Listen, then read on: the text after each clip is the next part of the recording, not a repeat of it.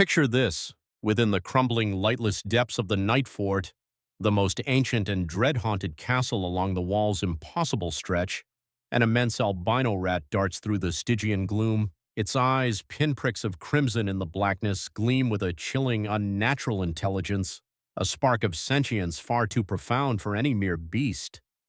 A gnawing hunger drives it, an endless, tormenting craving that can only be sated by the gruesome feast of its own progeny. The squirming litter it devours in the oppressive darkness of one night will, by the cruel dawn of the next, be replenished, for the curse ensures an eternal, sickening cycle. This monster, this colossal rodent, was once a man, a humble cook who served an Andal king. He prepared a pie so exquisitely delicious that the monarch, utterly oblivious, devoured not only a first generous slice but eagerly requested a second helping, never realizing he was feasting upon the flesh of his own son. Tonight, our gathering eschews the grand, meticulously penned histories curated by meisters in their lofty citadel towers. We turn away from the official chronicles that line the archives of Old Town with their scrupulous documentation of kings and queens, epic battles and cunning treaties, lands conquered and empires forged. No, tonight our collective gaze shifts to something altogether different. We delve into the shadowed margins of history, exploring the vast, echoing gaps that lie between what is formally recorded in brittle parchment and what truly endures, etched into the living memory of a people. To grasp why these profound, often unsettling tales exist beyond the strictures of official histories, we must first understand the very architects of those histories, the maesters themselves. These learned men of the Citadel pride themselves on their exhaustive scholarship, their unwavering dedication to the precise, dispassionate documentation of events, whether momentous or seemingly trivial. They forge their symbolic chains linked by painstakingly polished link, each metal representing a different, mastered field of knowledge. They meticulously chart the celestial dance of stars, seeking omens and understanding. They mix potent medicines, striving to heal the body. They meticulously record the sprawling genealogies of noble houses, maintaining the immense dust-laden libraries that serve as bastions of learning. And for all their prodigious wisdom, for all their zealous commitment to preserving knowledge, there are stories they steadfastly refuse to commit to ink, not because these narratives inherently lack truth, but because they often lack the formal pedigree of proper witnesses, the undeniable confirmation of noble sources, or perhaps most tellingly because they expose uncomfortable truths that educated men prefer not to acknowledge. The meisters, you see, occupy themselves primarily with the weighty affairs of lords and kings. Their scrolls overflow with records of diplomatic battles and grand treaties, dynastic marriages and shocking murders, the ascensions and ignominious falls of powerful houses. A meister stationed in a lord's castle is a pillar of his household. He meticulously records his lord's correspondence, tending to his physical and intellectual well-being, tutoring his children in the ancient tongues and histories. The vast multitude of small folk, however, those who labor tirelessly in the fields, who toil anonymously in the sweltering kitchens, who muck out the foul stables and tirelessly mend the crumbling walls, these are but faceless statistics in their voluminous writings. They appear merely as numbers, masses who till fields or, when the drums of war beat, reluctantly carry spears. Yet these small folk possess their own vibrant, deeply personal history, their own unique, resilient way of remembering. Where the meisters meticulously consult heavy, leather-bound tomes, the common people cherish stories, whispered from grandmother to grandchild, spun in the smoky haze of taverns, or murmured around flickering cooking fires. They sing ancient songs while their hands are busy in the fields, their voices carrying echoes of generations. These enduring oral traditions preserve vital truths that would otherwise be lost to the grinding march of time, though they often do so in forms that the Citadel's scholars would dismiss as mere superstition or quaint folklore. Consider Old Nan of Winterfell, that ancient, wizened woman who served House Stark for so many unfathomable years that she could no longer recall which Brandon Stark she had first nursed as an infant. She was so impossibly old that even Lord Eddard Stark remembered her being called Old Nan when he himself was but a boy. Her fantastical, often terrifying stories captivated and entertained the Stark children through countless interminable northern nights, her voice a comforting rasp in the echoing halls. She wove vivid tapestries of the Long Night and the terrifying White Walkers, of the enigmatic children of the forest and the towering giants, of the distant age of heroes and all the rich foundational legends of the North. The Meisters, in their boundless academic condescension, would have offered indulgent smiles at old Nan's tales, readily dismissing them as the colorful, if somewhat senile, inventions of an ancient mind, mere cautionary bedtime stories designed to frighten children and impart simple moral lessons. They might have grudgingly acknowledged that some tiny kernel of truth might lie buried within these outlandish legends, but they would have stubbornly insisted that the fantastic elements were nothing more than poetic embellishment, the wild imaginings of a pre-literate age. At Old Nan's chilling accounts of the White Walkers, the very stories that caused the learned men of the Citadel to shake their heads in amused disbelief, proved in the end to be far more accurate, more profoundly prophetic, than any Meister's meticulously crafted skeptical treatise. The others did exist, rising from their icy slumber. The Long Night was a real existential threat, not merely a children's fable. The ancient woman, whose memory of the living was so faded she struggled to place generations of Starks, possessed vital truths that the wisest, most celebrated scholars of Westeros had confidently, arrogantly dismissed as utterly impossible. This, then, is the profound power and enduring importance of the stories the Meisters choose not to record. They preserve crucial knowledge in resilient forms that endure long after parchment rots to dust and grand libraries are consumed by ravenous flames. They carry vital warnings across countless generations, encoding practical, hard-won wisdom within memorable, resonant narratives.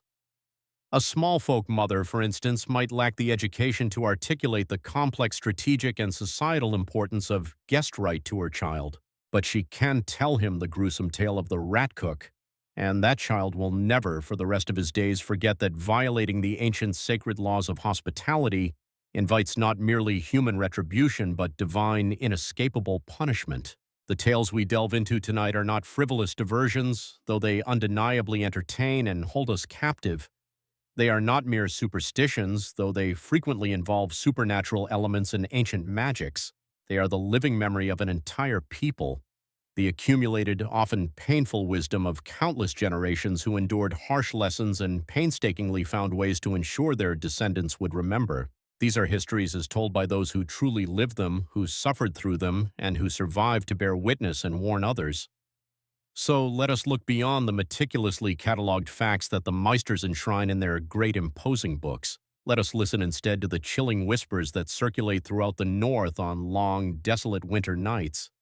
Let us hear what ancient sagas are sung in the smoky taverns of the Iron Islands, resonant with salt and steel. Let us heed what is murmured in the fertile reach, when the high-born lords and ladies are not within earshot, when the servants and common folk share their own truths. These stories endure because they intrinsically matter, because they contain truths profoundly worth preserving, even if they sometimes wear the fantastical garb of legend and myth.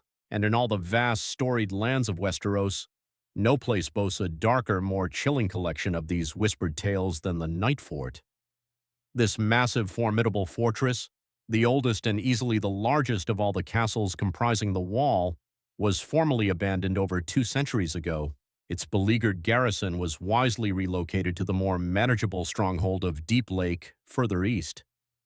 It was Queen Alysanne Targaryen, the Good Queen, who, during her historic visit to the Wall, ultimately convinced the Night's Watch to relinquish the Night Fort, for even atop the magnificent back of her dragon, Silverwing, even with all the undeniable power and immense prestige of the Iron Throne radiating behind her, she found the Night Fort's grim, oppressive atmosphere utterly unbearable. The colossal castle has stood empty, gaunt, and silent ever since, left to the relentless gnawing of rats, the mournful whispers of the wind, and the spectral echoes of its blood-soaked, heinous past. For the Night Fort has been home to more unspeakable atrocities, more acts of depravity, than perhaps any other single castle in all the 7 kingdoms. Its labyrinthine halls have borne silent witness to horrors so profound, so soul-chilling, that they would surely strip even the most hardened warriors of their courage.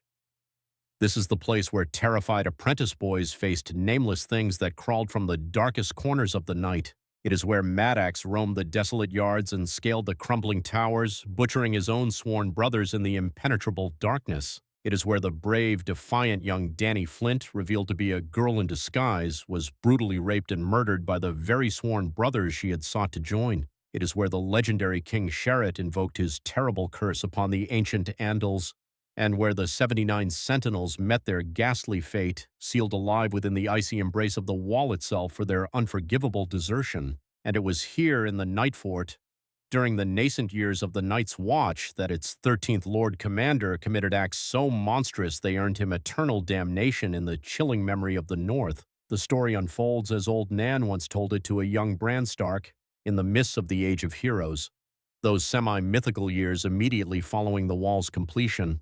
The Watch was still a fledgling order then, and the harrowing memory of the Long Night remained brutally fresh in the minds of men. Black brothers took their sacred vows with an unwavering, grim seriousness, profoundly understanding that they stood as the sole fragile bulwark between humanity and the unspeakable darkness that lurked beyond. The 13th Lord Commander was widely reputed to be a warrior of immense skill and unparalleled valor, a man whose courage and leadership had been proven worthy to guide the Black Brothers. One day, while ranging far beyond the Wall, or perhaps standing solitary vigil atop its towering ramparts, the Lord Commander beheld a woman approaching through the relentless swirling snow. This, however, was no ordinary woman. Her skin was as white and luminous as the moon, as pale and chilling as fresh milk, as utterly cold as ancient ice. Her eyes glittered like twin blue stars, inhumanly bright and devoid of warmth. Her mere touch, it was said, could instantly freeze living flesh. Everything about her screamed of profound wrongness, of an entity that defied the very fabric of existence, violating the natural order of things. She possessed a strange, ethereal beauty, akin to the intricate, fragile patterns of frost on glass, or the stark, unsettling beauty that death sometimes holds. Yet hers was a beauty that inspired not desire, but an instinctual, primal dread. The Lord Commander should have recoiled in terror. He should have sounded the ancient alarm, roused his brothers to arms, recognized this chilling creature for the existential threat she undoubtedly was. Instead, he was seized by an unnatural, overwhelming obsession that utterly transcended all reason. He pursued her relentlessly through the swirling snow, this spectral corpse woman, this chilling creature of ice and death. He caught her, and in a moment of fatal, desperate lust, he gave her his seed. The instant he did so, old Nan would whisper, her voice dropping to a low, conspiratorial hush that made the Stark children instinctively huddle closer to the flickering fire. He gave her his soul as well. Whatever that enigmatic woman truly was, whatever dark, ancient magic animated her pallid flesh, it claimed him utterly, irrevocably in that fateful moment. He became hers, body and spirit, bound by unseen chains far stronger than forged iron, enslaved not by force, but by the insidious tendrils of his own corrupted desire. The Lord Commander brought his terrifying corpse bride back to the Night Fort. In an act of blasphemous defiance, he declared himself king and her his chilling queen, employing some terrible, unspeakable sorcery, perhaps taught to him by this ice woman, perhaps a malevolent power that surged from their unholy union. He enslaved his own Night's Watch brothers, bending them entirely to his warped will. These men who had sworn sacred oaths to guard the realms of men became his thralls, hollow automatons utterly incapable of resisting his abominable commands.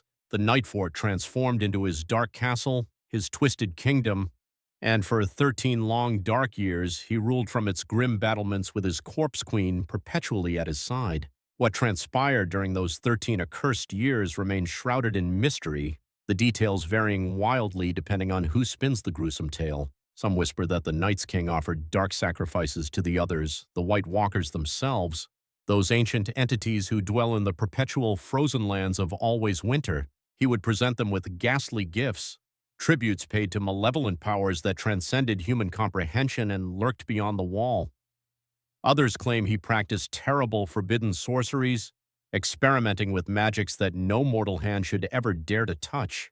The precise specifics of his reign of terror are lost to the endless march of time, or perhaps they were deliberately, mercifully forgotten. Yet all surviving accounts chillingly agree that unspeakable atrocities were committed, horrors so profound, so utterly heinous, that they are still whispered about in fearful tones thousands of years later. The tyrannical rule of the Night's King finally met its cataclysmic end when word of his profound treachery reached the ears of the King of Winter in Winterfell, and simultaneously Joramun, the legendary King Beyond the Wall. Brandon the Breaker, as he is immortalized in the sparse ancient histories, was the formidable King of Winter who rode north with his legions of grim warriors. He forged a desperate, uneasy alliance with Joramun, wisely setting aside the ancient, blood-soaked enmity that had long divided the North and the wildlings, recognizing that a far greater, more existential threat loomed, one that dwarfed their old feuds. Together, the combined armies of the living marched on the Night Fort, a unified force against an unspeakable evil. The precise details of that epic climactic battle are regrettably lost to the mists of time, devoured by the countless centuries that have since passed. We do not know if the Night's King fought with the ferocity of a cornered beast or surrendered in abject defeat. We cannot say whether he was ultimately slain in battle or imprisoned, his dark power finally broken, and the ultimate fate of his chilling corpse queen when the forces of the living finally breached the Night Fort's formidable walls remains an impenetrable mystery. What we do know with absolute certainty is that Brandon the Breaker and his unlikely ally, Joramun, emerged victorious. The Night's King was decisively defeated, his malevolent sorcery shattered, the Night's Watch freed from his corrupting control, and the long, terrible dark years of his reign finally, blessedly came to an end. And then something truly remarkable occurred, an act that speaks volumes about the victors as it does about the villain. His very name was systematically struck from every single record, whatever he had been called in life, whatever noble house he had belonged to, whatever titles and honors he had earned before his profound corruption, all of it was meticulously, utterly erased. The Night's Watch, renowned for keeping meticulous records of all its Lord Commanders, chronicling each man who has held that ancient, revered office from the very founding of the Order to the present day, lists the 13th only by his number. His name is gone, utterly expunged from history as if he had never drawn breath, removed from every book, every scroll, every ancient tablet where it might once have been painstakingly written. Why such a thorough, absolute erasure? The answer to write he would be remembered only as a chilling warning, a cautionary tale whispered in the dark for all eternity. The 13th Lord Commander who fell from grace, who betrayed everything, his name, she would, depending on where the tale is told, the Night's King might belong to any of the great northern houses, a Bolton, a Woodfoot, an Umber, a Flint, a Norrie. This chilling variance in the telling is not a corruption of the fundamental story, but rather a powerful preservation of an even more important, unsettling truth. The Night's King was one of them. He was a man of the great families of the North, a man who, by virtue of his blood and his sacred oath, should have been utterly beyond reproach. That, ultimately, is what rendered his fall so profoundly terrifying. He was not some weak-willed hedge knight, easily swayed, or a craven commoner driven by desperation.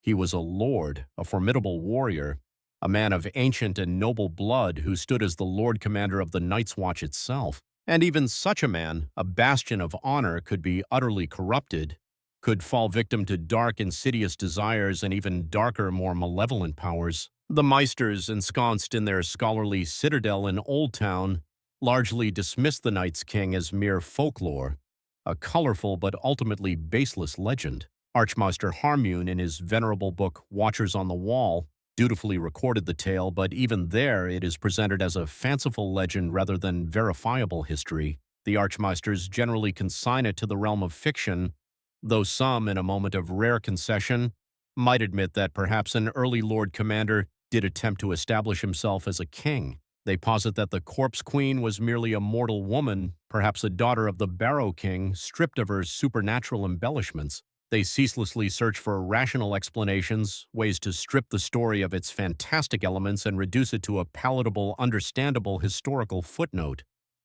But in doing so, they miss the profound, chilling point entirely. Whether the Night's King's bride was truly a creature of ice and dark sorcery, an embodiment of winter's malice, or merely a woman whose image was painted in the embellishing brushstrokes of a fearful legend, the core, immutable truth remains. A Lord Commander of the Night's Watch betrayed his most sacred vows, enslaved his own brothers, and ruled from the Night Fort for 13 years before finally being overthrown by an unprecedented alliance of ancient enemies. That much, at least, is almost certainly historical fact. a deeply ingrained scar on the memory of the North. The supernatural elements, whether real or conjured by collective fear, serve not to obscure but to powerfully emphasize the staggering depth of his corruption, the fundamental cosmic wrongness of his actions. Story also chillingly explains certain traditions of the Night's Watch that might otherwise seem peculiar. Notably, the Watch constructs no defensive walls on the southern sides of their castles. Any fortress along the wall can be entered freely from the south, from the very lands they are sworn to protect. This is a deliberate, ironclad measure, ensuring that if a garrison ever falls to an enemy, that castle can never be held indefinitely against an assault from the south. This stark lack of southern defenses stands as a direct, enduring response to the Night's King's catastrophic takeover of the Night Fort, a permanent safeguard etched into every castle's design, a grim promise to prevent history from ever repeating its darkest chapter. Consider this play written, yet the mice, the story, what the it is about the night stripped of he and for the mice it is to the North remembers.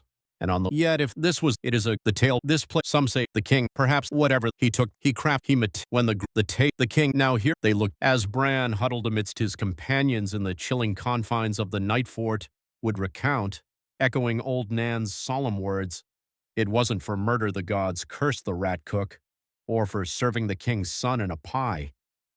A man has a right to vengeance.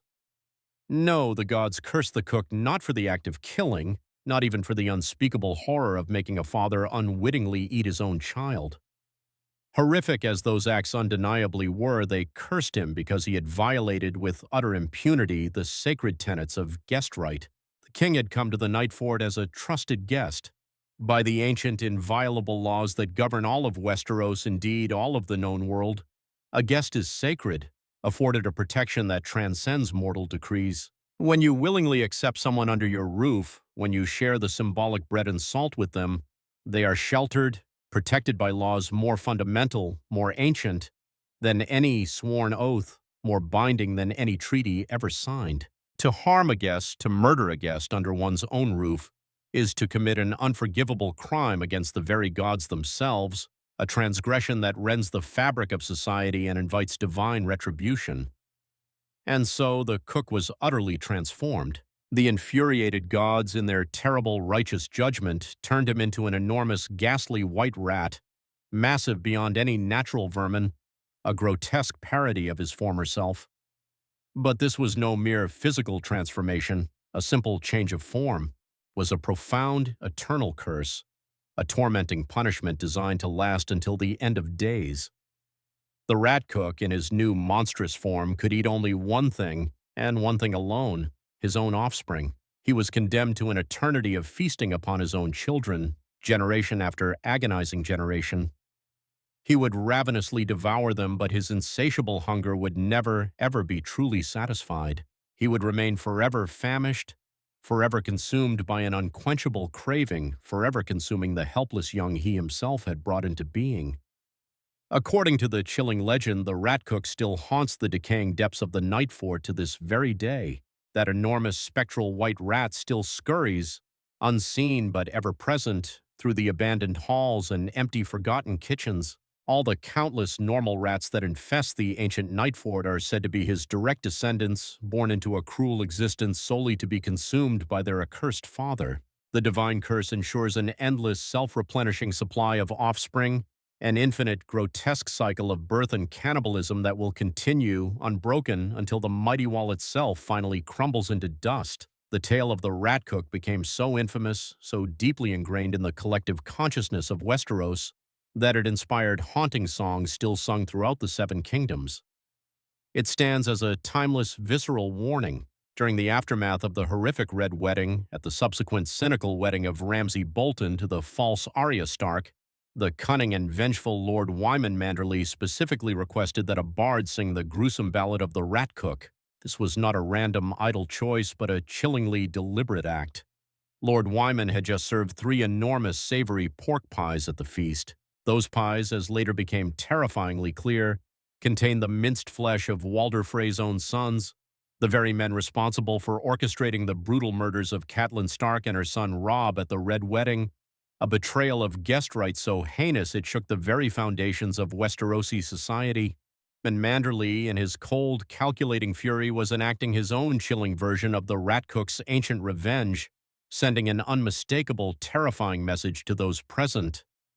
This is what happens. This is the divine, inescapable price when guest right is so utterly violated. For that, ultimately, is the true, enduring lesson of the tale. It is the profound reason why this gruesome story has endured for thousands upon thousands of years, painstakingly encoded into song and story, passed down through the generations. Guest right is absolutely sacred. In a harsh, often lawless world without reliable, centralized law enforcement, without police or courts that extend their authority beyond the shifting borders of individual kingdoms, the ancient hallowed laws of hospitality provide the only truly ironclad guarantee of safety when traveling. If you can partake of bread and salt in a man's home, accept his protection, and still be brutally murdered beneath his roof, then truly nowhere is safe. Society itself would irrevocably break down, collapsing into utter anarchy, if guests could be so easily betrayed under the very roofs that are sworn to protect them. The rat cook's eternal, agonizing curse powerfully emphasizes this point, stamping it into the very soul of the land. The cook's initial vengeance, horrific as it was, might have been a humanly justified act of retribution in a world where justice is often elusive, but the divine punishment, the eternal cannibalistic torment, was not for the murder, but for the unforgivable sin against the gods and the sacred bond of guest right. Perhaps the king, whose name is now lost to the mists of time, had indeed committed some unforgivable transgression, a terrible wrong that cried out for vengeance. Perhaps the cook, driven to desperation by this injustice, had every right to seek retribution, a justice often denied to the common folk by the powerful. But his choice, the heinous method he employed, irrevocably damned him. He chose to exact that revenge not in open battle or cunning poison, but by violating the most sacred of all laws, the ancient tradition of guest right, by murdering a guest beneath his own roof after breaking bread together. For this unforgivable sacrilege, the gods showed no mercy, no shred of compassion.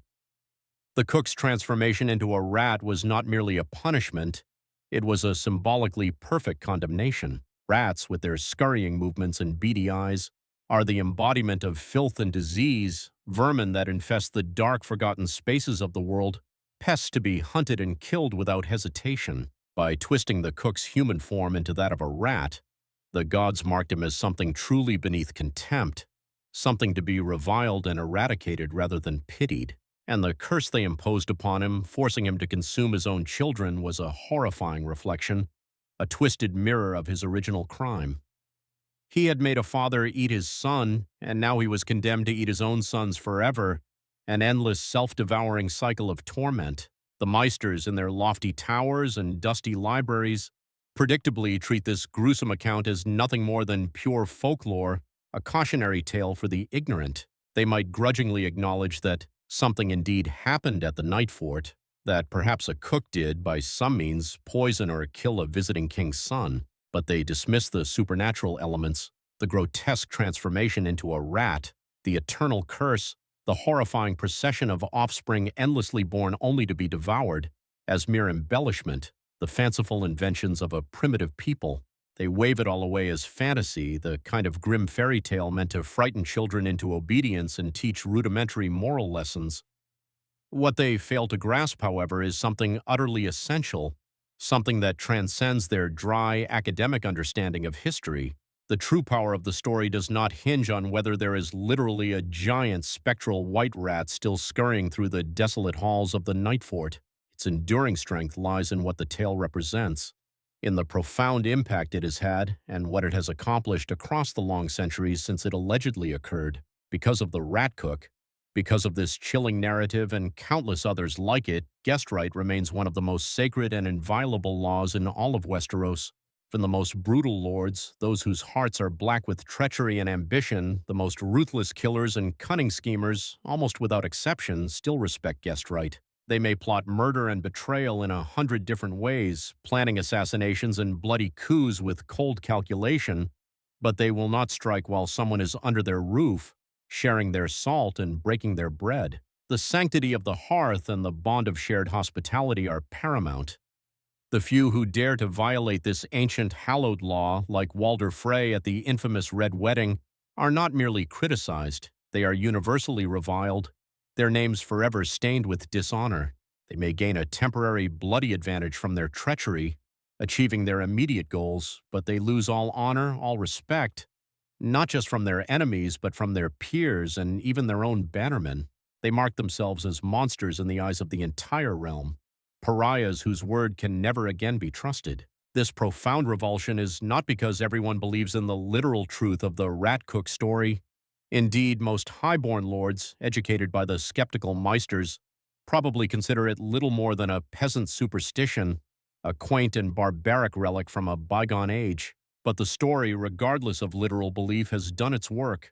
It has encoded into the very culture, into the very bones of Westerosi society, a profound and unshakable respect for the laws of hospitality. It has elevated the violation of guest right from being merely a tactical mistake or a dishonorable act to a crime against the gods themselves, something that will inevitably bring down swift and terrible divine retribution. The tale also serves as a potent warning about the corrupting nature of certain kinds of revenge.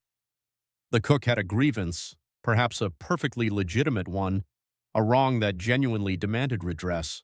But in seeking vengeance, he chose a method so heinous, so utterly reprehensible that it damned him for eternity. His punishment was not for the desire for revenge itself, which the story in its deep understanding of human nature acknowledges as an understandable, even justifiable human impulse. No, his punishment was for the method, for allowing his desire for revenge to blind him, to lead him to break laws that should under no circumstances ever be broken. There is a practical wisdom in this, a societal truth that extends far beyond the supernatural elements of the curse, revenge that violates fundamental social contracts, that shatters the very fabric of communal trust, doesn't just harm your immediate enemy. It tears at the intricate weave of society itself, unraveling the threads that hold people together. It makes everyone less safe, sowing widespread fear and suspicion. If men can murder guests beneath their own roofs, then trust becomes an impossibility, reducing all interactions to a tense, wary standoff. Commerce falters, travel becomes deadly, and the essential bonds that hold civilization together fray and break, plunging society back into chaos. The cook's revenge against the king in the end punished everyone, not just his intended target. The chilling image of the rat cook endlessly consuming his own offspring also speaks volumes to the self-destructive nature of certain kinds of revenge, vengeance that consumes the avenger more thoroughly than the avenged. The cook's curse traps him in an eternal, horrifying cycle where he devours his own future, consumes his own legacy, eradicating any hope of redemption or peace.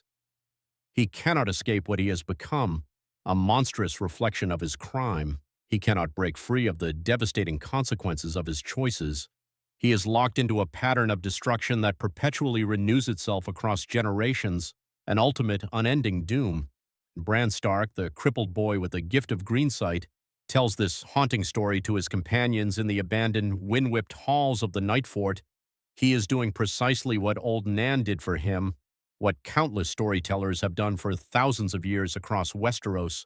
He is passing along a warning, a profound lesson encoded in a memorable, terrifying form. None of them, not even the most superstitious, truly believe they will encounter a giant white rat in those dark, crumbling halls, but they all understand what the story means, what it tells them about the world they inhabit and the fundamental laws that govern it.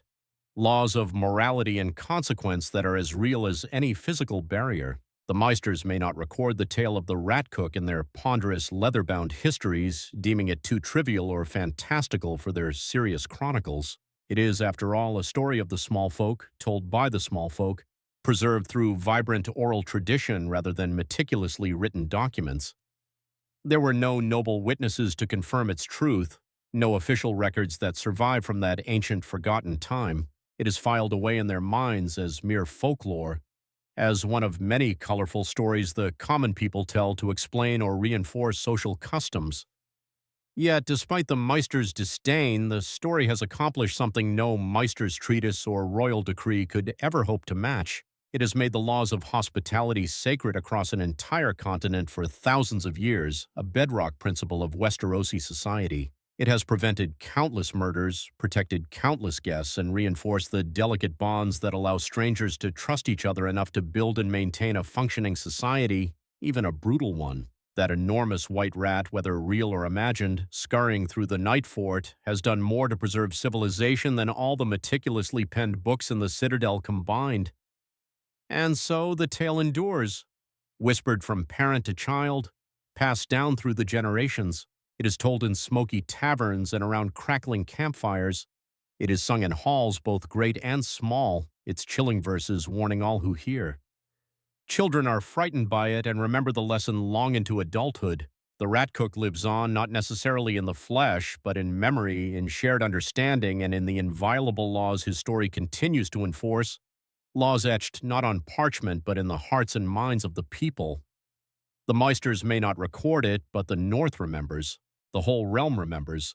And that remembering, that deep-seated cultural knowledge, keeps everyone a little bit safer. Let us leave the frozen north now and turn our attention to the tumultuous sea, to those jagged, rocky islands where the gray waves ceaselessly crash against black, formidable cliffs.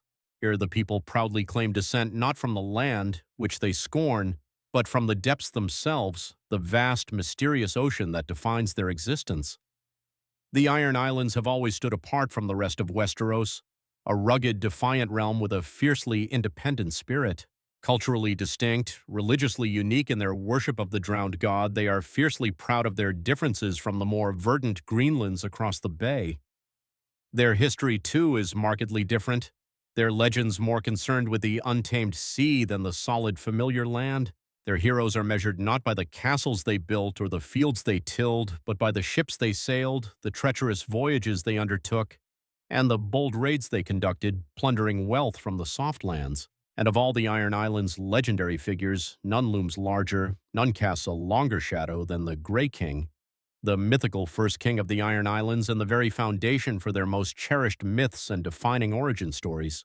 The Grey King's epic story begins in the Age of Heroes, that semi-mythical time shrouded in the mists of antiquity when all the great houses of Westeros proudly claimed their illustrious founders lived. He is called the Grey King because everything about him, from his physical appearance to his very essence, seemed to echo the colors and character of his watery domain. His hair was the iron gray of a storm-tossed sea, his beard the color of winter ice, and his eyes, deep and knowing, were gray as the brooding winter ocean itself. And as he aged, a strange transformation occurred.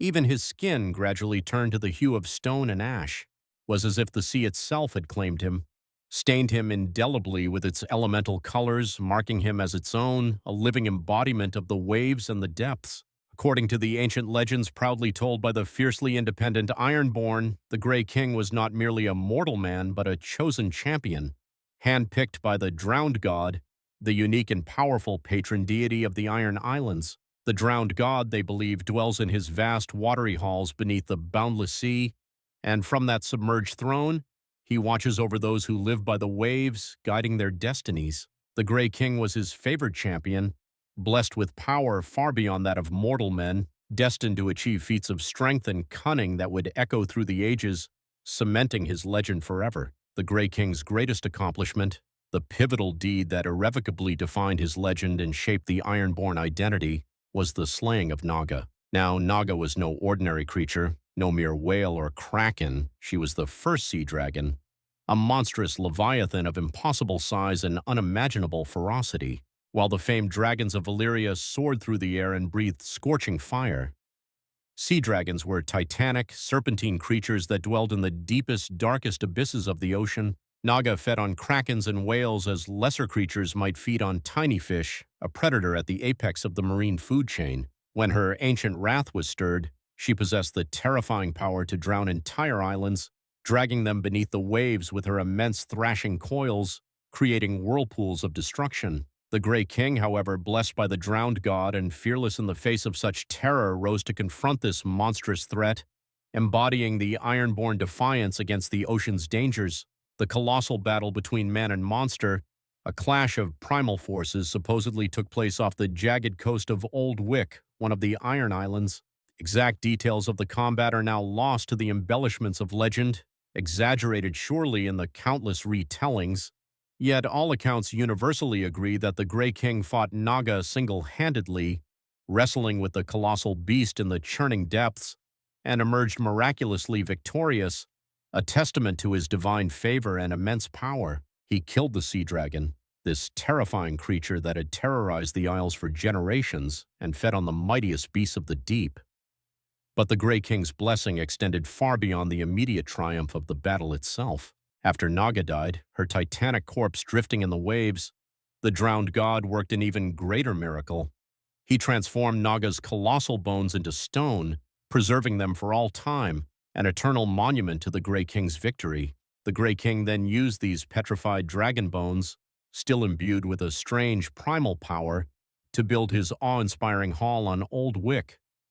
This was no ordinary castle of timber or even of laboriously quarried stone, but a palace forged from the very skeleton of a sea dragon. Naga's massive ribs formed the curving walls, arching overhead like the colossal upturned hull of a gigantic ship, creating a space of eerie grandeur. And somehow, wondrously, Naga's own living fire remained alive even in death, a perpetual flame burning within her stone bones. The Grey King's hall was thus heated and lit by the living fire of the sea dragon itself, a mysterious flame that never went out, that burned without fuel, sustained by the last flickering remnant of Naga's immense vitality. This magnificent hall, with a throne carved from Naga's very jaws, became the undisputed seat of power in the Iron Islands, a testament to the Ironborn's unique relationship with the sea. From this primal seat, the Grey King ruled his people, and his accomplishments, as recounted in the sagas, extended far beyond the slaying of a mere dragon. The legends credit him with practically everything that makes the Ironborn what they are, the very foundations of their culture and way of life.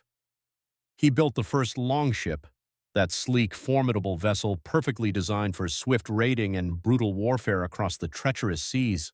To accomplish this was, he taught it, he even the great, this is, it explained, they are, yet he wore, he calmly cast aside his crown, a simple circlet of driftwood, a symbol of his humble origins. He walked after the very soul, and when by the time house only the now the sea mermaid and perhaps and over this is, but in whether the Grey King represents everything the Ironborn value, everything they aspire to become, and all the qualities they believe set them apart. He was a raider and warrior, yes, fearsome in battle and victorious against impossible odds, a true embodiment of their warrior ethos. But he was also a teacher and a cultural hero, a founder of civilization rather than merely a destroyer, providing the very bedrock of their society. He did not just conquer, he civilized. He gave his people the essential tools they needed to thrive in their harsh, unforgiving environment, providing them with the knowledge to survive and prosper on their rocky islands, constantly surrounded by cold, gray, and often hostile seas. He was blessed by their god, the drowned god, serving as living proof that their patron deity favors those who live by the old ways, who embrace the sea rather than fear it, who take what is theirs with strength and defiance. His incredible longevity, that mythical 1,007 years of rule, symbolically suggests the enduring, unyielding nature of Iron Islands culture, their proud claim to have remained unchanged and uncorrupted by the relentless march of centuries, to have held fast to their ancient traditions, while the Greenlands around them shifted and changed with each new dynasty and passing fad.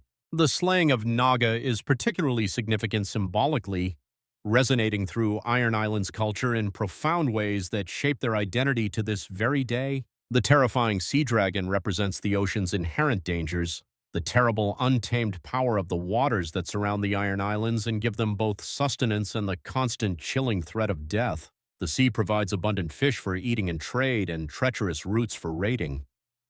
But it also brings fierce storms that destroy ships, towering waves that sweep men overboard, a crushing cold that kills the unprepared, and unfathomable depths that swallow the unwary.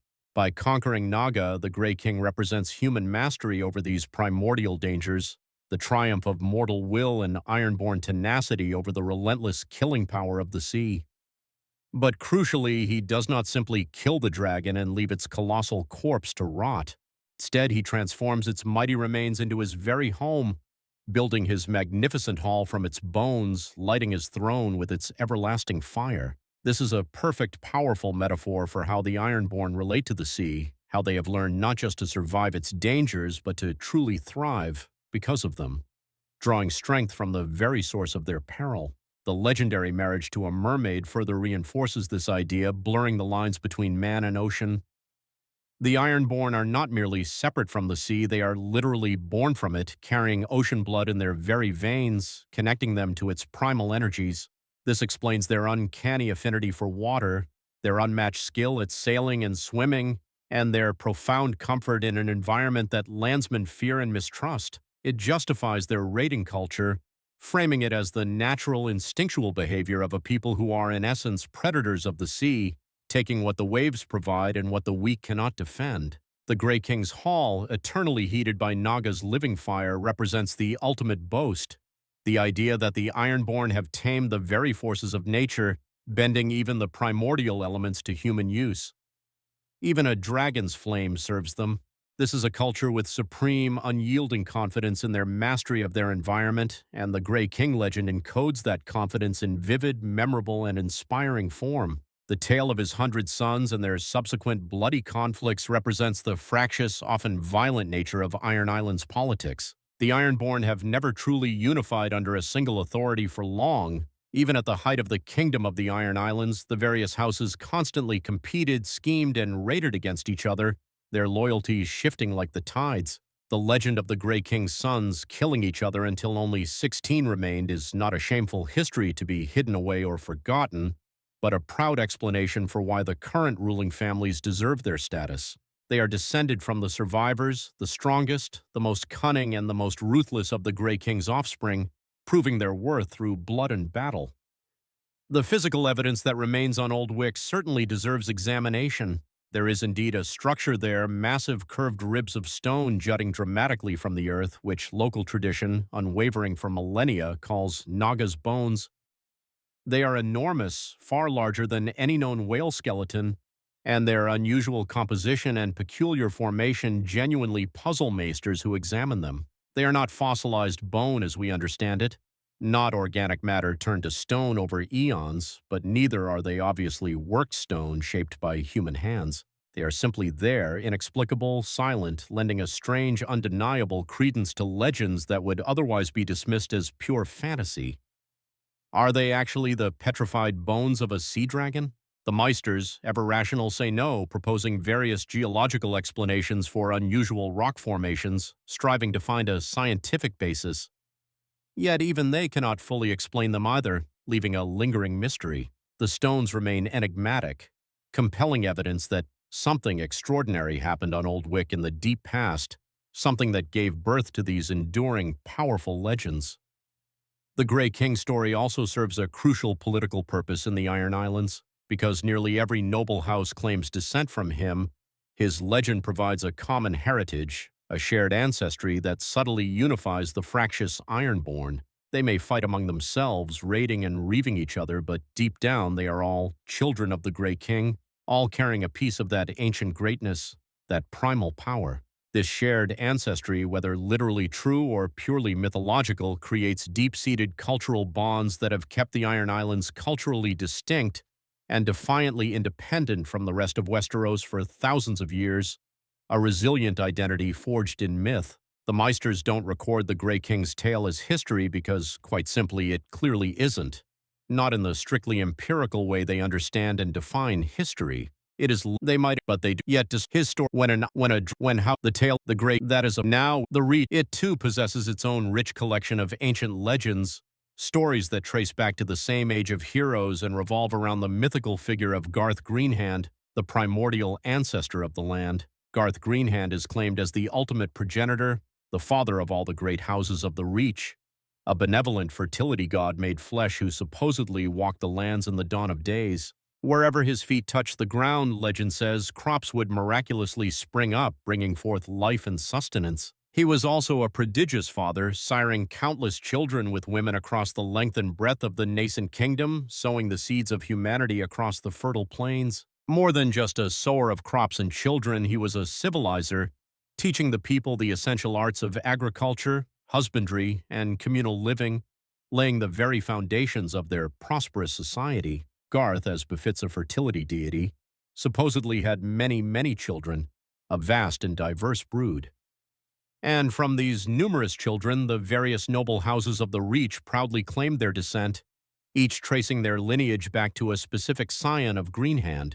There was Brandon of the Bloody Blade, a warrior king; Rose of Red Lake, a queen renowned for her beauty; Rowan Goldtree, a lord connected to ancient trees; and many others whose names resonate through the region's histories. But of all Garth's children, none was more cunning, none more clever, none possessed a sharper wit than his remarkable daughter Flores, who earned the enduring epithet the Fox through deeds that would echo through the centuries in whispered stories and scandalous yet admiring songs. Flores the Fox was beautiful, certainly, as all of Garth's daughters were said to be, blessed with the Greenhand's divine touch. But her true, exceptional gift was not merely her striking beauty, which was considerable, but her extraordinary intelligence, a quickness of mind and a devious cleverness that far surpassed all her siblings and even her renowned father. And she used this unparalleled cleverness to accomplish something that no one before or since has ever managed to replicate, a feat that sounds utterly impossible, yet is meticulously recorded in the genealogies of three separate, powerful, noble houses. Flores maintained 3 husbands simultaneously, each utterly ignorant of the other two's existence. Think about what this truly means: the sheer audacity, the unparalleled skill, and the meticulous planning required to maintain such an intricate and long-running deception in a pre-modern society. This was not a matter of secret affairs or hidden paramours. Flores was legally and formally married to 3 different men at the exact same time, lived with each of them, bore sons to each of them, managed separate households, and skillfully navigated completely separate lives, moving between them with breathtaking precision. Astoundingly, none of the 3 husbands, nor their families, nor their countless servants, ever discovered the profound truth of her bigamy. How, one might wonder, did she accomplish such an impossible feat? The legends, perhaps wisely, do not provide explicit details, allowing imagination to fill in the tantalizing gaps and heighten the mystique surrounding her. We can vividly picture Flores as a woman of immense charm and indefatigable energy, traveling constantly between her 3 lives, perhaps maintaining multiple distant residences, ensuring that chance encounters were highly unlikely. She would have explained her frequent extended absences to each husband with a plausible, carefully constructed story: a lengthy visit to a sick relative, a pilgrimage to a holy site, a diplomatic mission on behalf of one of her children. We can imagine her meticulously managing her time, ensuring she was never in 2 places at once, her schedule a masterwork of logistical precision. And above all, we can envision her formidable wit, the lightning-fast thinking required to keep her elaborate story straight, to remember precisely which husband knew what detail, and to prevent any single crucial piece of information from crossing between her separate, meticulously crafted lives. Her mind must have been a labyrinth of carefully compartmentalized facts and well-rehearsed fictions. The sons she bore to these 3 unsuspecting husbands, each believing himself the sole father, went on to become the esteemed founders of prominent noble houses in the Reach, their bloodlines forever entwined with her remarkable legacy. From one union came House Florent, which would rise to become one of the great houses of the Reach, the proud lords of Brightwater Keep, renowned for their inherited cleverness and, curiously, their somewhat oversized ears, a distinctive physical trait considered a clear mark of the cunning inherited directly from their illustrious ancestress, Flores the Fox. From another came the proud House Ball, known for their martial prowess and loyalty. And from the third came the ancient and powerful House Peak, Lords of the Marches. 3 separate bloodlines, 3 distinct dynasties, all tracing their noble descent from Flores and proudly claiming her extraordinary cleverness as their most cherished and enduring legacy. Some versions of the tale, a whisper woven into the very fabric of ancient lore, suggest that Lon the Clever, that legendary trickster whose name echoes through the halls of Casterly Rock as the founder of House Lannister, was himself a bastard son of Flores, or perhaps of her sister Rowan Goldtree. If this intricate tapestry of lineage were truly unfurled, it would cast a dazzling light upon the origins of the Lannisters' famed cunning and wit, explaining precisely where Lon might have acquired the prodigious intelligence that allowed him to outsmart the Castellans and claim Casterly Rock for his own. Such sharp inherited cleverness, a gift from G. Greenhand through his most brilliant daughter, Flores, could indeed be the root of a dynasty built on wit rather than brute strength. Yet this fascinating narrative presents considerable challenges for those who meticulously curate Westeros's history, preferring their timelines to be neat and their facts scrupulously verified. Bigamy, even in the misty reaches of ancient times, was strictly forbidden under the laws of the Seven, and it would undoubtedly have been met with grave disapproval by whatever primal gods the first men revered before the Andals swept across the land. The discovery of Flores's elaborate deception would have triggered a scandal of truly epic proportions, a cataclysmic revelation that would likely have resulted in the annulment of all three of her marriages and, crucially, the bastardization of every one of her children, stripping them of their noble birthright. And yet, in a defiance of conventional historical logic, Houses Florent, Ball, and Peak, all pillars of the Reach, do not merely acknowledge Flores as their ancestor, they proudly claim her. Their meticulously preserved genealogies, traced through generations, openly recount her three marriages. Far from being ashamed of the audacious rule-bending manner in which their houses were founded, they instead boast about the unparalleled cleverness of their forebear, embracing her cunning as a badge of honor. This unique pride is particularly evident in House Florent, whose members have long been distinguished by their prominent ears. What might otherwise be a source of physical peculiarity or even ridicule, they proclaim as a tangible mark of inherited intelligence, a physical echo of their descent from Flores the Fox herself. It is to them a living reminder of her shrewdness, a family trait proudly displayed. Confronted with such a captivating yet problematic legend, the Meisters, those diligent keepers of records within the Citadel, find themselves with several strategic options. They could dismiss the entire saga as complete fiction, a vibrant but baseless folktale spun from the fertile imagination of the common folk, utterly devoid of historical merit.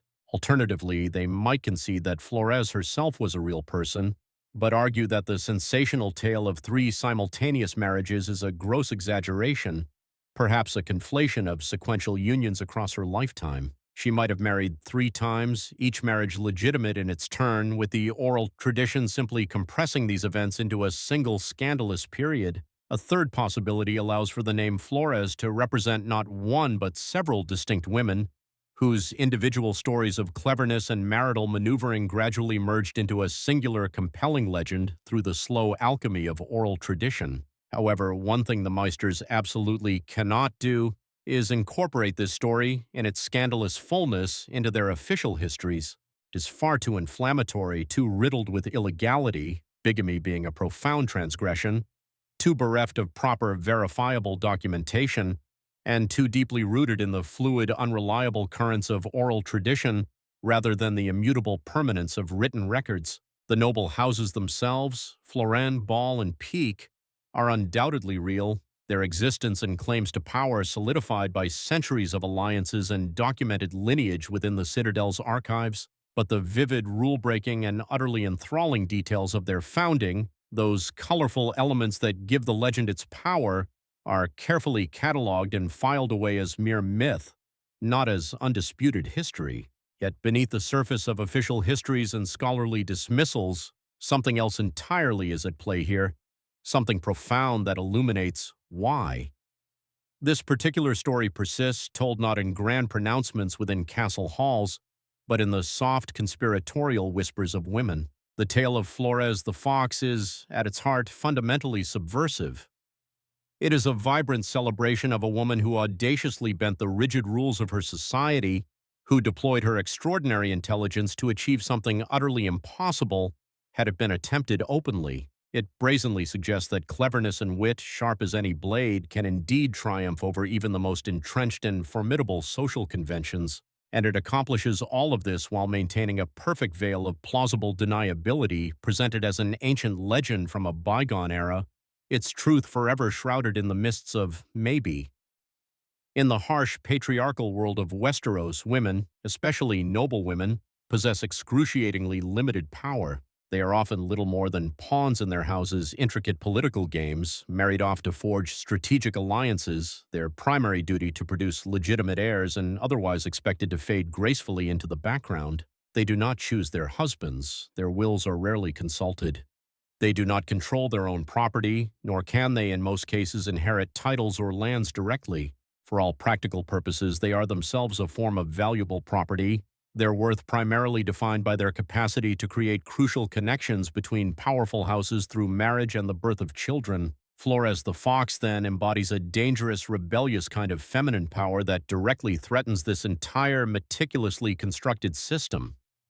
She did not passively await her father's choice of husband. She picked three. She not only maintained relationships with all of them, but also bore sons to each, miraculously managing this monumental deception while keeping her secret utterly intact. She was not controlled. She controlled. She was not property. She was the player, strategically moving pieces across the chessboard of her own making. And she achieved it all through pure cleverness, through the one form of power that cannot be seized or diminished by brute force or a husband's decree. This is precisely why her story endures with such potency, particularly among women. Mothers, perhaps while tending hearth fires or weaving tapestries, tell their daughters about Flores the Fox, and in that telling they subtly pass along a vital, unspoken message. Intelligence is power. Wit can overcome even the most formidable restrictions. A truly clever woman with enough cunning and resolve can accomplish things that society would never, ever permit if done openly. The tale is subversive, yes, gently undermining the social order, but it does so cloaked in the guise of nothing more than a colorful legend from the mythical age of heroes, seemingly harmless yet profoundly impactful. Of course, the male descendants of Flores narrate the story through a very different lens. They emphasize her cleverness as a testament to their own house's inherited acumen, proof that their bloodline is unique, blessed with an intelligence that elevates them above the common run of men. They proudly trace their descent from her, without perhaps dwelling too much on the inconvenient details of how she managed to deceive three husbands simultaneously. To them, it is a testament to the cunning of their ancestors, not a lesson in feminine rebellion. The sheer practical impossibility of Flores's feat is paradoxically a significant part of its enduring appeal as a legend. Could anyone truly orchestrate and maintain three separate, concurrent marriages without discovery? In the modern era, with its meticulous records, pervasive communication, and prying eyes, almost certainly not. But in the distant, semi-mythical age of heroes, a time when distances were vast, communication a laborious endeavor, when no masters diligently kept careful records and no network of ravens carried information across the kingdom, perhaps it was just barely conceivable, or perhaps it was utterly impossible, and that is precisely why it transcended into legend, a potent fantasy of ultimate control and autonomy that could never genuinely exist in the stark reality of Westeros. The story of Flores the Fox also serves as a poignant reminder of how much history is perpetually lost, particularly the history of women. The Meisters in their lofty towers dutifully record battles and treaties, the grand deeds of lords and kings, meticulously document who married whom, which lands changed hands, and the births and deaths of noble sons. But the clever maneuvers of women, the subtle power exercised within the domestic sphere, the profound intelligence required to navigate a world where half the population is treated, quite literally, as property, all of this goes largely unrecorded, dismissed as trivial or feminine concerns. Flores the Fox exists primarily in legend precisely because women like her could not genuinely exist, or certainly could not thrive in official history. If a woman were too clever, too independent, too successful at bending or breaking the rules, she would almost certainly be punished for it. Her achievements would be systematically erased, or worse, attributed to men. Her name would be stricken from records or twisted into cautionary tales of witchcraft and malevolence, the only truly safe place for a genuinely subversive woman, for a figure who dared to challenge the established order, is within the protective embrace of legend. There, she is set so far in the past that she poses no immediate threat to the current power structure, and her actions are often presented as such an extreme, fantastical example that she seems more mythical than menacing. Yet despite all the attempts at erasure and containment, the message subtly gets through anyway. Clever girls across Westeros hear about Flores the Fox and in her audacious tale learn that intelligence is indeed valued, that wit can be its own potent form of power. They learn that rules can be bent, systems can be gamed, and sometimes the most effective rebellion is the kind no one even recognizes as rebellion until it is far too late to stop it. The three houses descended from Flores, Florent, Ball, and Peak are not mere specters of the past.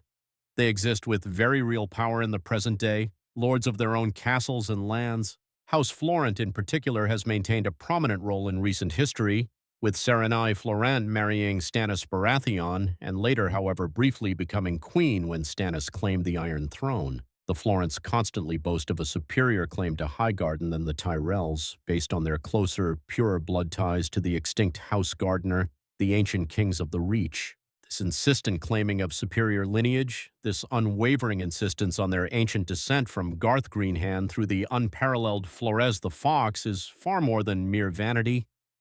It is a shrewd political tool, a potent way of asserting legitimacy and authority by loudly proclaiming their descent from such a clever ancestress, by transforming their often oversized ears from a potential source of shame into a proud mark of inherited intelligence. House Florent transmutes a physical peculiarity into a powerful symbol of their special, sagacious bloodline, but in doing so, they inadvertently keep alive the potent, subversive story of Flores and her 3 husbands. They ensure that the tale continues to be told, passed down through generations, whispered by servants in hushed tones and sung by bards for appreciative audiences. And through that continued telling, the underlying revolutionary message endures that a woman can be clever enough to deceive everyone, powerful enough to control her own destiny, and bold enough to violate society's most fundamental rules, and not only survive but found dynasties that would endure for thousands of years. The Meisters do not record this story in their official histories, not truly. They might note that houses Florent, Ball, and Peake all claim descent from a daughter of Garth Greenhand, but they will never include the juicy details about simultaneous marriages and elaborate deceptions. Those elements are far too scandalous, too lacking in verifiable evidence, and far too dangerous to the established social order to be given official sanction.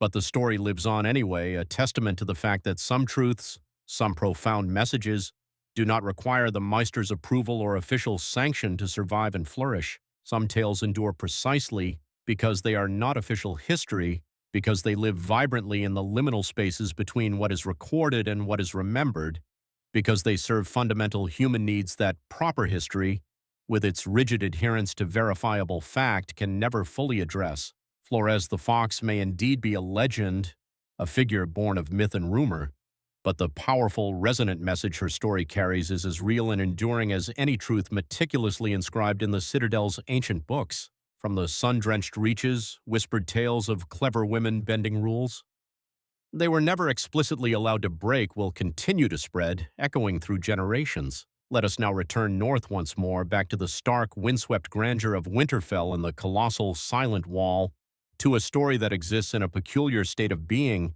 simultaneously well known among a certain people, yet deliberately and vehemently unrecorded by another. If one ventures beyond the wall into the untamed wilderness where the free folk roam and manages to earn their trust enough that they might share their ancient songs and stories by a crackling wildling fire, eventually one will undoubtedly hear the compelling tale of Bael the Bard. The free folk sing his songs still, hundreds, perhaps even thousands of years after his supposed death, his melodies weaving through the frozen wastes and across the scattered camps of those who have never and will never bend the knee to any southern lord. They credit him with composing ballads that have become an intrinsic part of their oral tradition, a cultural inheritance passed down through generations. And if you return south to the somber gray walls of Winterfell and diligently search through the vast, meticulously maintained chronicles of House Stark, if you examine the careful records kept by generations of Meisters within the castle, you will find no mention of Bael whatsoever. His name, the wild, the mice for the store, at that to answer that call yet, and he announced Winterfell, a skilled Bael's Lord. This was he asked only for the most beautiful flower blooming in Winterfell's gardens.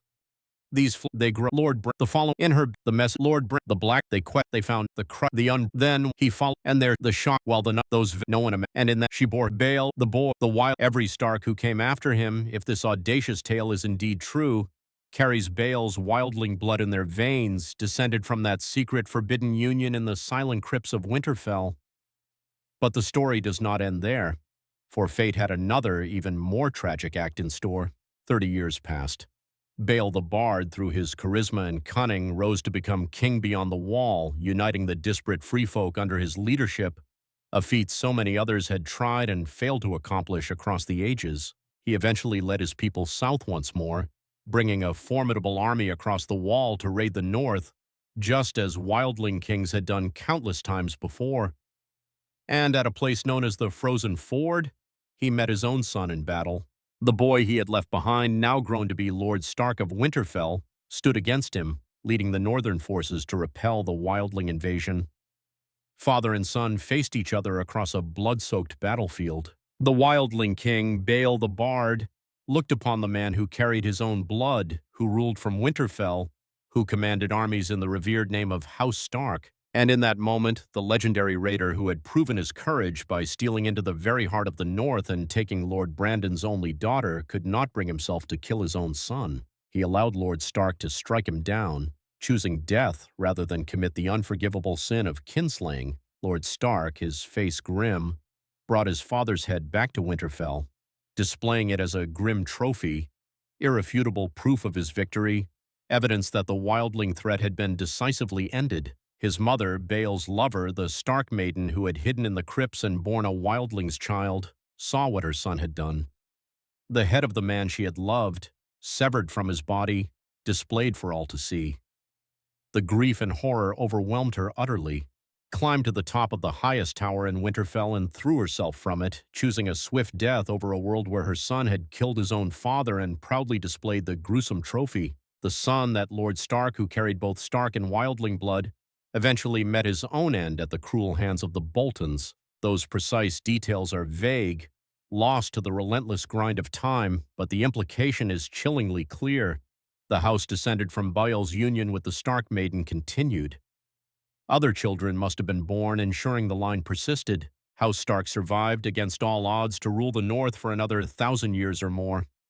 And if the wildlings are correct, every generation since has carried the indelible blood of Bael the Bard. Now, here is where the story becomes even more profoundly interesting, where we must closely examine not just what is explicitly told, but what is conspicuously not told, what is powerfully present in the silences and the deliberate erasures. Jon Snow, raised within the ancient walls of Winterfell, educated diligently by Maester Luwin and entertained by the endless tales of Old Nan, had certainly heard of Bael the Bard. He knew the name, recognized him as a figure in wildling history, a king beyond the wall from the ancient past, but he had never, not once, heard this particular story, this intricate tale of daring infiltration, seduction, of secret hiding in the crypts, and the audacious founding of a dynasty that would rule Winterfell for millennia. It was only when Ygritte, with her wild, clear eyes, told him the legend that Jon finally learned the full scandalous tale. Why would Winterfell not preserve such a pivotal story? Why would it fail to appear in the meticulously kept chronicles that Maesters guard so zealously? Jon Snow, hearing it for the very first time, immediately and instinctively declared it a lie. The timeline as presented made no logical sense to his educated mind. The story referred to the Stark ruler as Lord Brandon, not King Brandon, suggesting it happened after Aegon's conquest when the Starks relinquished their crowns and became wardens of the North. It mentioned Bael traveling the King's Road, yet the King's Road was famously built during King Jaehaerys I's reign, decades after the conquest. And yet it also claimed Bael's son was eventually flayed by the Boltons, a practice the Boltons supposedly abandoned 1,000 years before Aegon ever flew his dragons to Westeros. These glaring inconsistencies, of course, could mean the story is a complete invention, a colorful wildling myth with absolutely no basis in historical fact, designed purely to entertain or provoke. But they could also signify something far more intriguing. They could indicate that the tale has been passed down for such an immense span of time through the fluid medium of oral tradition that the intricate details have inevitably shifted and changed with each telling, each generation of storytellers adapting it to their contemporary understanding. The original events might indeed have transpired in the true age of heroes, with Brandon a proud king of winter, but over centuries of retelling, the details were subtly updated, made contemporary to each new generation. The King's Road was inserted because later singers forgot there was a time before its existence. The title of king naturally became lord because the free folk no longer remembered that the Starks once wore crowns before the Targaryens came. The very absence of this story from Winterfell's official records then tells its own profound truth. If Baal had never existed, if this were pure, unadulterated invention, the chronicles would not need to deliberately omit him. His absence would be natural, utterly unremarkable, but the wildlings insist with fiery conviction that he existed. They claim his songs as a foundational part of their heritage, crediting him with deeds and compositions that are still performed with fierce pride beyond the wall. The Meisters, in their own academic writings, reluctantly acknowledge this, noting that the wildlings claim Baal was real, but that Winterfell's chronicles say nothing of him. That silence is not oversight. It is deliberate, strategic, and chillingly eloquent.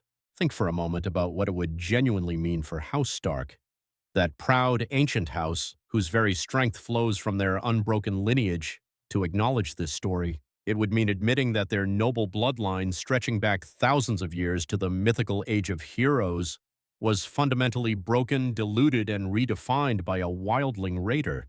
Would mean acknowledging that every Stark since Lord Brandon the Daughterless descends from the free folk, carries the very blood of those fierce, unyielding people who refuse to kneel to any lord, any king, for a house whose entire legitimacy, whose very authority, rests upon their claim to be the pure blood of the first men and the ancient kings of winter. This would be nothing short of devastating, a shattering blow to their identity, far better than to erase it entirely, far better to let the wildlings keep their rebellious songs and their audacious stories while maintaining an absolute unyielding silence on the matter in the South. Neither confirm nor deny, simply refuse to acknowledge that the story in its scandalous fullness even exists. Over generations, this deliberate silence becomes its own powerful form of truth. The absence in the record screams, "We do not speak of this." It declares, "This is a shame too great to admit."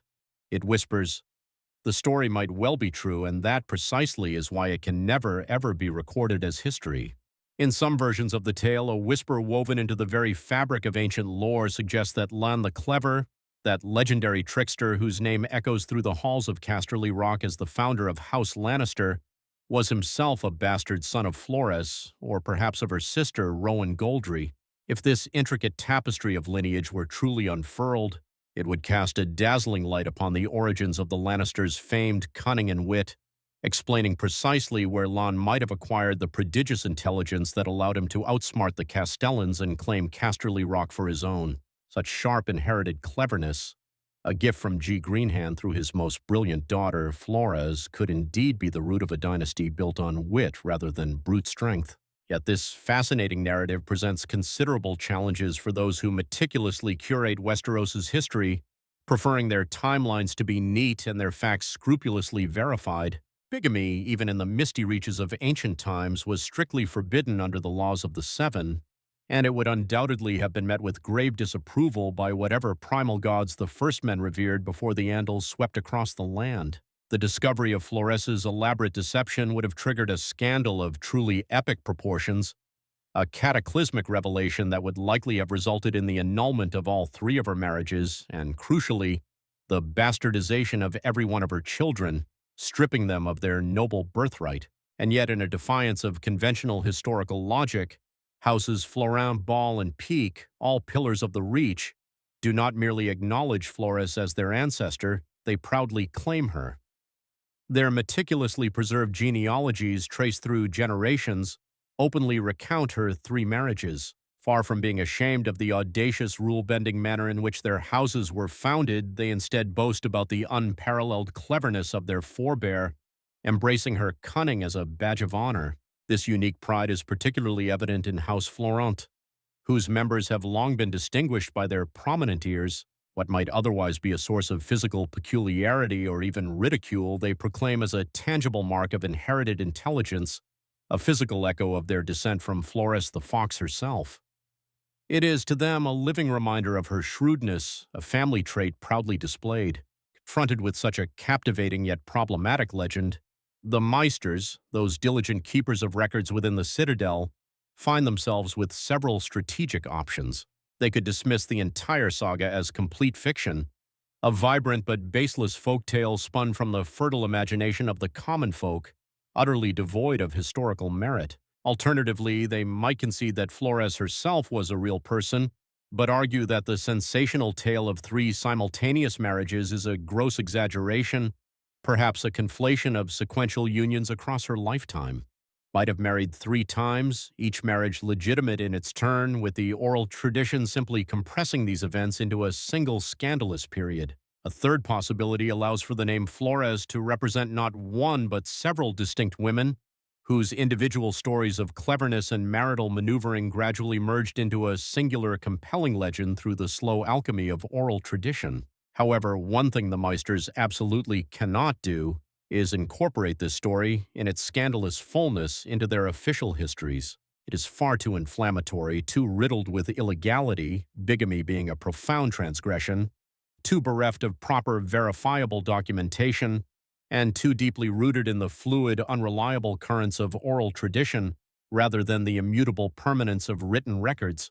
The noble houses themselves, Florin, Ball, and Peak, are undoubtedly real, their existence and claims to power solidified by centuries of alliances and documented lineage within the Citadel's archives, but the vivid, rule-breaking, and utterly enthralling details of their founding, those colorful elements that give the legend its power, are carefully cataloged and filed away as mere myth, not as undisputed history.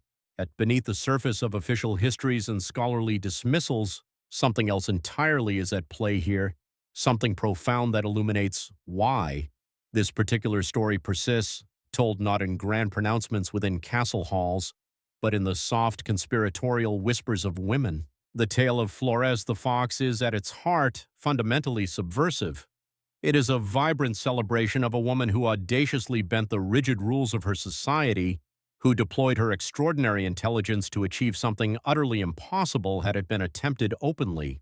Brazenly suggests that cleverness and wit, sharp as any blade, can indeed triumph over even the most entrenched and formidable social conventions, and it accomplishes all of this while maintaining a perfect veil of plausible deniability, presented as an ancient legend from a bygone era, its truth forever shrouded in the mists of maybe.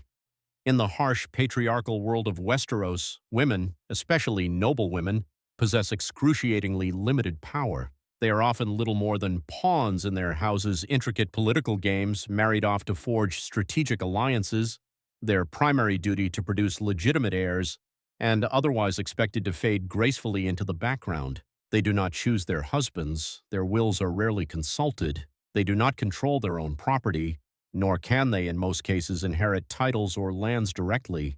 For all practical purposes, they are themselves a form of valuable property, their worth primarily defined by their capacity to create crucial connections between powerful houses through marriage and the birth of children. Flores the Fox, then, embodies a dangerous, rebellious kind of feminine power that directly threatens this entire meticulously constructed system. She did not passively await her father's choice of husband, she picked 3. She not only maintained relationships with all of them, but also bore sons to each, miraculously managing this monumental deception while keeping her secret utterly intact. She was not controlled, she controlled. She was not property, she was the player, strategically moving pieces across the chessboard of her own making.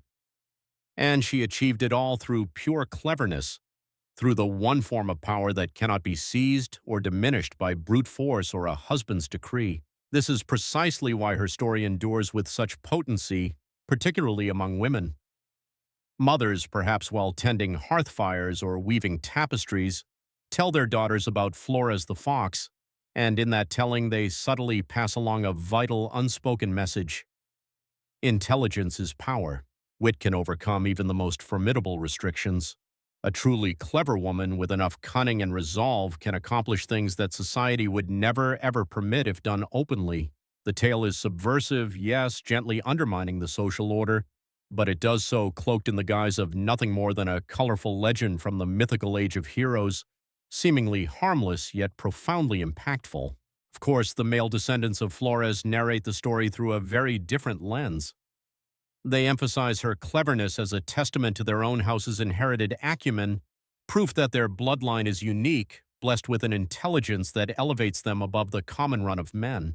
They proudly trace their descent from her, without perhaps dwelling too much on the inconvenient details of how she managed to deceive 3 husbands simultaneously. To them, it is a testament to the cunning of their ancestors, not a lesson in feminine rebellion. The sheer practical impossibility of Flores's feat is paradoxically a significant part of its enduring appeal as a legend. Could anyone truly orchestrate and maintain three separate concurrent marriages without discovery? In the modern era, with its meticulous records, pervasive communication, and prying eyes, almost certainly not. But in the distant semi-mythical age of heroes, a time when distances were vast, communication a laborious endeavor, when no maesters diligently kept careful records and no network of ravens carried information across the kingdom, perhaps it was just barely conceivable, or perhaps it was utterly impossible, and that is precisely why it transcended into legend, a potent fantasy of ultimate control and autonomy that could never genuinely exist in the stark reality of Westeros. The story of Flores the Fox also serves as a poignant reminder of how much history is perpetually lost, particularly the history of women. The maesters in their lofty towers dutifully record battles and treaties, the grand deeds of lords and kings, meticulously document who married whom, which lands changed hands, and the births and deaths of noble sons. But the clever maneuvers of women, the subtle power exercised within the domestic sphere, the profound intelligence required to navigate a world where half the population is treated, quite literally, as property, all of this goes largely unrecorded, dismissed as trivial or feminine concerns. Flores the Fox exists primarily in legend precisely because women like her could not genuinely exist, or certainly could not thrive in official history. If a woman were too clever, too independent, too successful at bending or breaking the rules, she would almost certainly be punished for it. Her achievements would be systematically erased, or worse, attributed to men. Her name would be stricken from records or twisted into cautionary tales of witchcraft and malevolence. The only truly safe place for a genuinely subversive woman, for a figure who dared to challenge the established order, is within the protective embrace of legend. There, she is set so far in the past that she poses no immediate threat to the current power structure, and her actions are often presented as such an extreme, fantastical example that she seems more mythical than menacing. Yet they learn the three house the floor this in by but in and through the mice those but the some flora from the let us know if one the free they yet if his name does not appear, his deeds are not recorded. It is as if he never existed, a phantom erased from the official narrative of the North. This striking erasure, however, is far from accidental. The wildlings insist with unwavering conviction that Bael was absolutely real, that his enduring songs serve as irrefutable proof of his existence, and more astonishingly, that the very blood coursing through the veins of House Stark carries his indelible legacy. The Maesters and the Lords of Winterfell, for their part, maintain an absolute chilling silence on the matter. This silence, in itself, tells a profound story. It subtly suggests a truth too profoundly uncomfortable to acknowledge, too dangerous to commit to the permanence of written history. For the tale of Bael the Bard, if proven true, would mean that every single Stark who has ruled Winterfell for perhaps 1,000 years or more descends not from an unbroken, pristine line of ancient noble blood, but from a wildling raider, a king beyond the wall, a man who should, by all rights, be their sworn enemy. The story, as Ygritte first recounted it to Jon Snow during their shared time in the harsh wilderness, begins with an insult, sharp and cutting as an ice shard. Lord Brandon Stark, the formidable ruler of the North in those distant legendary days, publicly branded Bael the Bard a coward. The precise context of this scathing insult is now lost to the mists of time, the exact reason long forgotten. But words carry immense weight, especially when spoken by a powerful lord about a man who makes his perilous living through reputation, daring, and skill. At that time, Bael was not yet a king, but a renowned raider, one of the free folk who fearlessly crossed the towering wall to steal, to fight, and to prove their raw courage against the soft southerners who huddled behind their impregnable castles and rigid laws. To answer this grievous insult, to emphatically prove that he was no coward, Bael undertook a feat that should have been utterly impossible. He climbed the wall. That colossal frozen barrier, 700 feet of ancient ice raised by potent magic in the Age of Heroes, guarded ceaselessly by the vigilant Night's Watch, was supposedly impregnable, a true marvel of the world, yet Bael scaled it alone, a shadow against the ice, displaying an almost supernatural prowess. He descended on the southern side and with audacious confidence took the King's Road south all the way to Winterfell. And there he did not arrive as a wildling raider, weapons drawn and war cries echoing, but as a humble, unassuming singer, introducing himself as Siegeric of Skagos. The name itself, for those fluent in the old tongue, was a deliberate, cunning message, for Siegeric translates to deceiver. He announced his deception even as he meticulously performed it, a private, audacious joke that must have greatly amused him. Lord Brandon Stark, oblivious to the identity of his guest, received this singer into his great hall with traditional northern hospitality. Winterfell in those days as now was a place defined by harsh, unforgiving winters and long, enduring memories, but also by a deep-seated tradition of welcoming guests. A skilled singer was always a cherished visitor, a bringer of news and songs from distant lands, a much-needed source of entertainment during the long, dark months when the biting cold pressed in close around the castle walls. Bale sang for Lord Brandon, and he sang with an almost otherworldly beauty, performing tirelessly until well past midnight, his rich voice filling the cavernous great hall with haunting ballads of legendary heroes and profound tragedies, of passionate love and brutal war, and all the timeless themes that stir the deepest currents of the human heart. Lord Brandon was deeply impressed, profoundly moved by the sheer skill and artistry he had witnessed. He graciously asked the singer to name his own reward, to choose whatever payment he would accept for the exceptional entertainment he had so generously provided.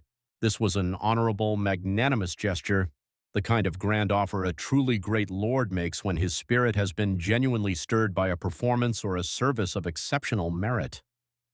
Bale's request when it came seemed modest, almost humbly understated. He asked only for the most beautiful flower blooming in Winterfell's gardens.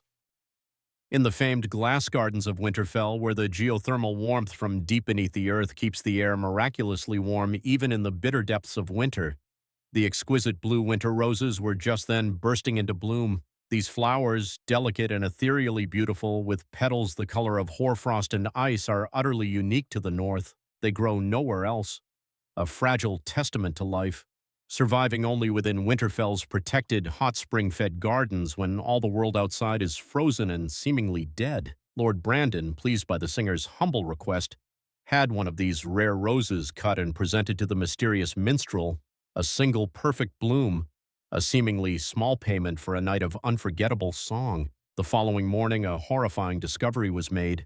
Lord Brandon's daughter was gone. His only child, his beloved maiden daughter, the sole heir to Winterfell and the ancient House Stark, had vanished completely from her chambers. In her bed, placed with deliberate, mocking care exactly where she should have been sleeping, lay the single blue winter rose that Lord Brandon had given the singer. The message was chillingly clear, impossible to misinterpret. Bale the Bard had taken the flower he had truly wanted, the daughter, and had left the literal rose as an audacious, contemptuous reminder of his cunning and his daring. Lord Brandon, consumed by fury and despair, immediately dispatched searchers across the north. He called upon the Night's Watch, commanding them to scour the vast frozen lands beyond the Wall to find this wildling raider and return his daughter at any cost. The Black Brothers, those grim guardians of the realm, flew forth by the hundreds, spreading like a dark wave across the frozen wilderness, searching every hidden camp and cave, every secret valley where wildlings might conceal themselves. They questioned the free folk, threatening and bargaining, following every rumor and faint hint. For nearly a year, these men in black hunted relentlessly, combing through territories they barely knew, seeking two people who seemed to have vanished as completely as morning mist in the summer sun. They found nothing. No trace of Bael, no sign of Lord Brandon's daughter. The Rangers eventually returned to their castles, empty-handed, their mission a devastating failure. In Winterfell, Lord Brandon, broken by grief, fell gravely ill. The crushing strain of his daughter's loss, the approaching terrifying extinction of his ancient house, the utter failure of all his desperate efforts, all of this weighed upon him until he took to his bed, quietly awaiting death. The unbroken line of Starks, stretching back thousands of years to the mythical Brandon the Builder himself, seemed utterly doomed to end with this Brandon, the daughterless, the last of his venerable house. Then, one fateful night, as the dying lord lay in his chambers, weak and fading, he heard something utterly unexpected. A child's cry, the unmistakable wail of an infant echoing faintly through the vast stone halls of the castle. He followed the sound, though he was desperately weak and sick, compelled by a fragile hope he dared not even name. The cry led him inexorably to his daughter's bedchamber, and there she was, returned as mysteriously and miraculously as she had vanished, sitting calmly in her bed, an infant at her breast, a baby boy nursing peacefully. The shocking, audacious truth then emerged, a revelation that made Lord Brandon finally comprehend the full, breathtaking extent of Bale's audacity and profound cleverness.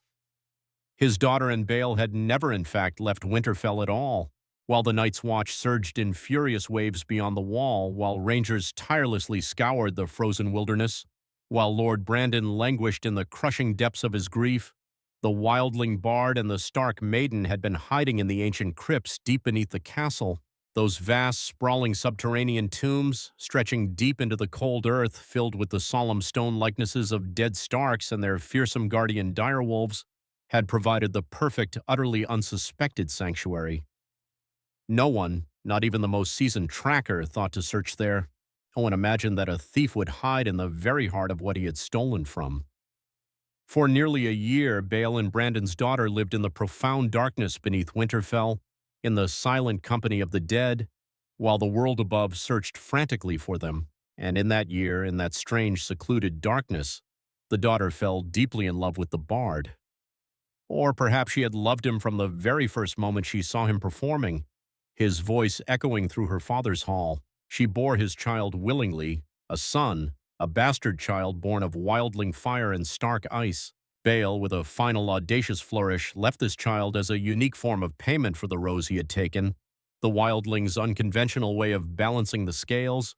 And then, as mysteriously as he had arrived, he disappeared, climbing back over the wall to rejoin his people beyond. The boy, Bale's son, grew up in Winterfell, ultimately legitimized as a Stark because there was no other alternative. Lord Brandon had no other heirs, no sons, no brothers, no nephews, who could continue the ancient line. The wildling's bastard, against all odds, became Lord Stark, inheriting the name, the titles, and the ancient seat of the Kings of Winter. Every Stark who came after him, if this audacious tale is indeed true, carries Bale's wildling blood in their veins, descended from that secret forbidden union in the silent crypts of Winterfell.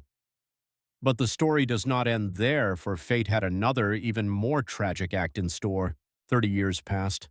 Bale the Bard, through his charisma and cunning, rose to become king beyond the wall, uniting the disparate free folk under his leadership, a feat so many others had tried and failed to accomplish across the ages. He eventually led his people south once more, bringing a formidable army across the wall to raid the north, just as wildling kings had done countless times before. And at a place known as the Frozen Ford, he met his own son in battle. The boy he had left behind, now grown to be Lord Stark of Winterfell, stood against him, leading the northern forces to repel the wildling invasion. Father and son faced each other across a blood-soaked battlefield.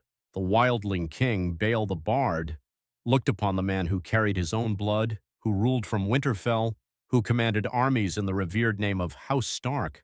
And in that moment, the legendary raider who had proven his courage by stealing into the very heart of the North and taking Lord Brandon's only daughter, could not bring himself to kill his own son. He allowed Lord Stark to strike him down, choosing death rather than commit the unforgivable sin of kinslaying. Lord Stark, his face grim, brought his father's head back to Winterfell, displaying it as a grim trophy, irrefutable proof of his victory, evidence that the wildling threat had been decisively ended. His mother, Bale's lover, the Stark maiden who had hidden in the crypts and borne a wildling's child, saw what her son had done.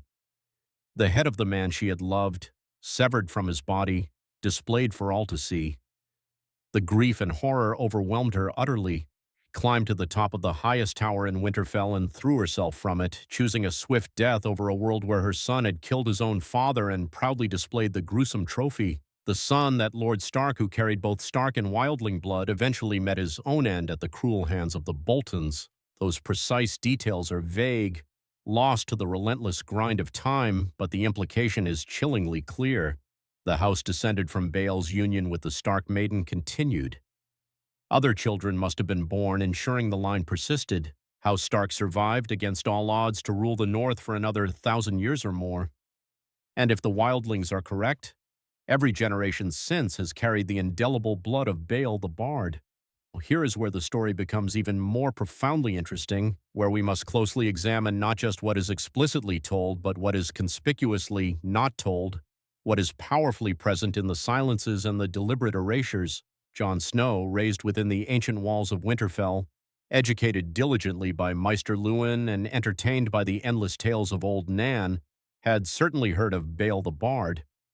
He knew the name, recognized him as a figure in wildling history, a king beyond the wall from the ancient past, but he had never, not once, heard this particular story, this intricate tale of daring infiltration, seduction, of secret hiding in the crypts, and the audacious founding of a dynasty that would rule Winterfell for millennia. It was only when Ygritte, with her wild, clear eyes, told him the legend that Jon finally learned the full scandalous tale.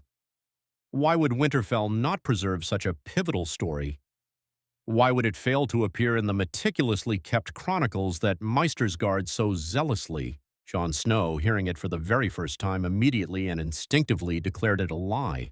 The timeline as presented made no logical sense to his educated mind. The story referred to the Stark ruler as Lord Brandon, not King Brandon, suggesting it happened after Aegon's conquest when the Starks relinquished their crowns and became Wardens of the North, mentioned Bael traveling the King's Road, yet the King's Road was famously built during King Jaehaerys III's reign, decades after the conquest, and yet it also claimed Bael's son was eventually flayed by the Boltons, a practice the Boltons supposedly abandoned 1,000 years before Aegon ever flew his dragons to Westeros. These glaring inconsistencies, of course, could mean the story is a complete invention, a colorful wildling myth with absolutely no basis in historical fact, designed purely to entertain or provoke. But they could also signify something far more intriguing. They could indicate that the tale has been passed down for such an immense span of time through the fluid medium of oral tradition that the intricate details have inevitably shifted and changed with each telling, each generation of storytellers adapting it to their contemporary understanding. The original events might indeed have transpired in the true age of heroes, with Brandon a proud king of winter, but over centuries of retelling, the details were subtly updated, made contemporary to each new generation. The King's Road was inserted because later singers forgot there was a time before its existence. The title of king naturally became lord because the free folk no longer remembered that the Starks once wore crowns before the Targaryens came. The very absence of this story from Winterfell's official records then tells its own profound truth. If Bael had never existed, if this were pure, unadulterated invention, the chronicles would not need to deliberately omit him. His absence would be natural, utterly unremarkable.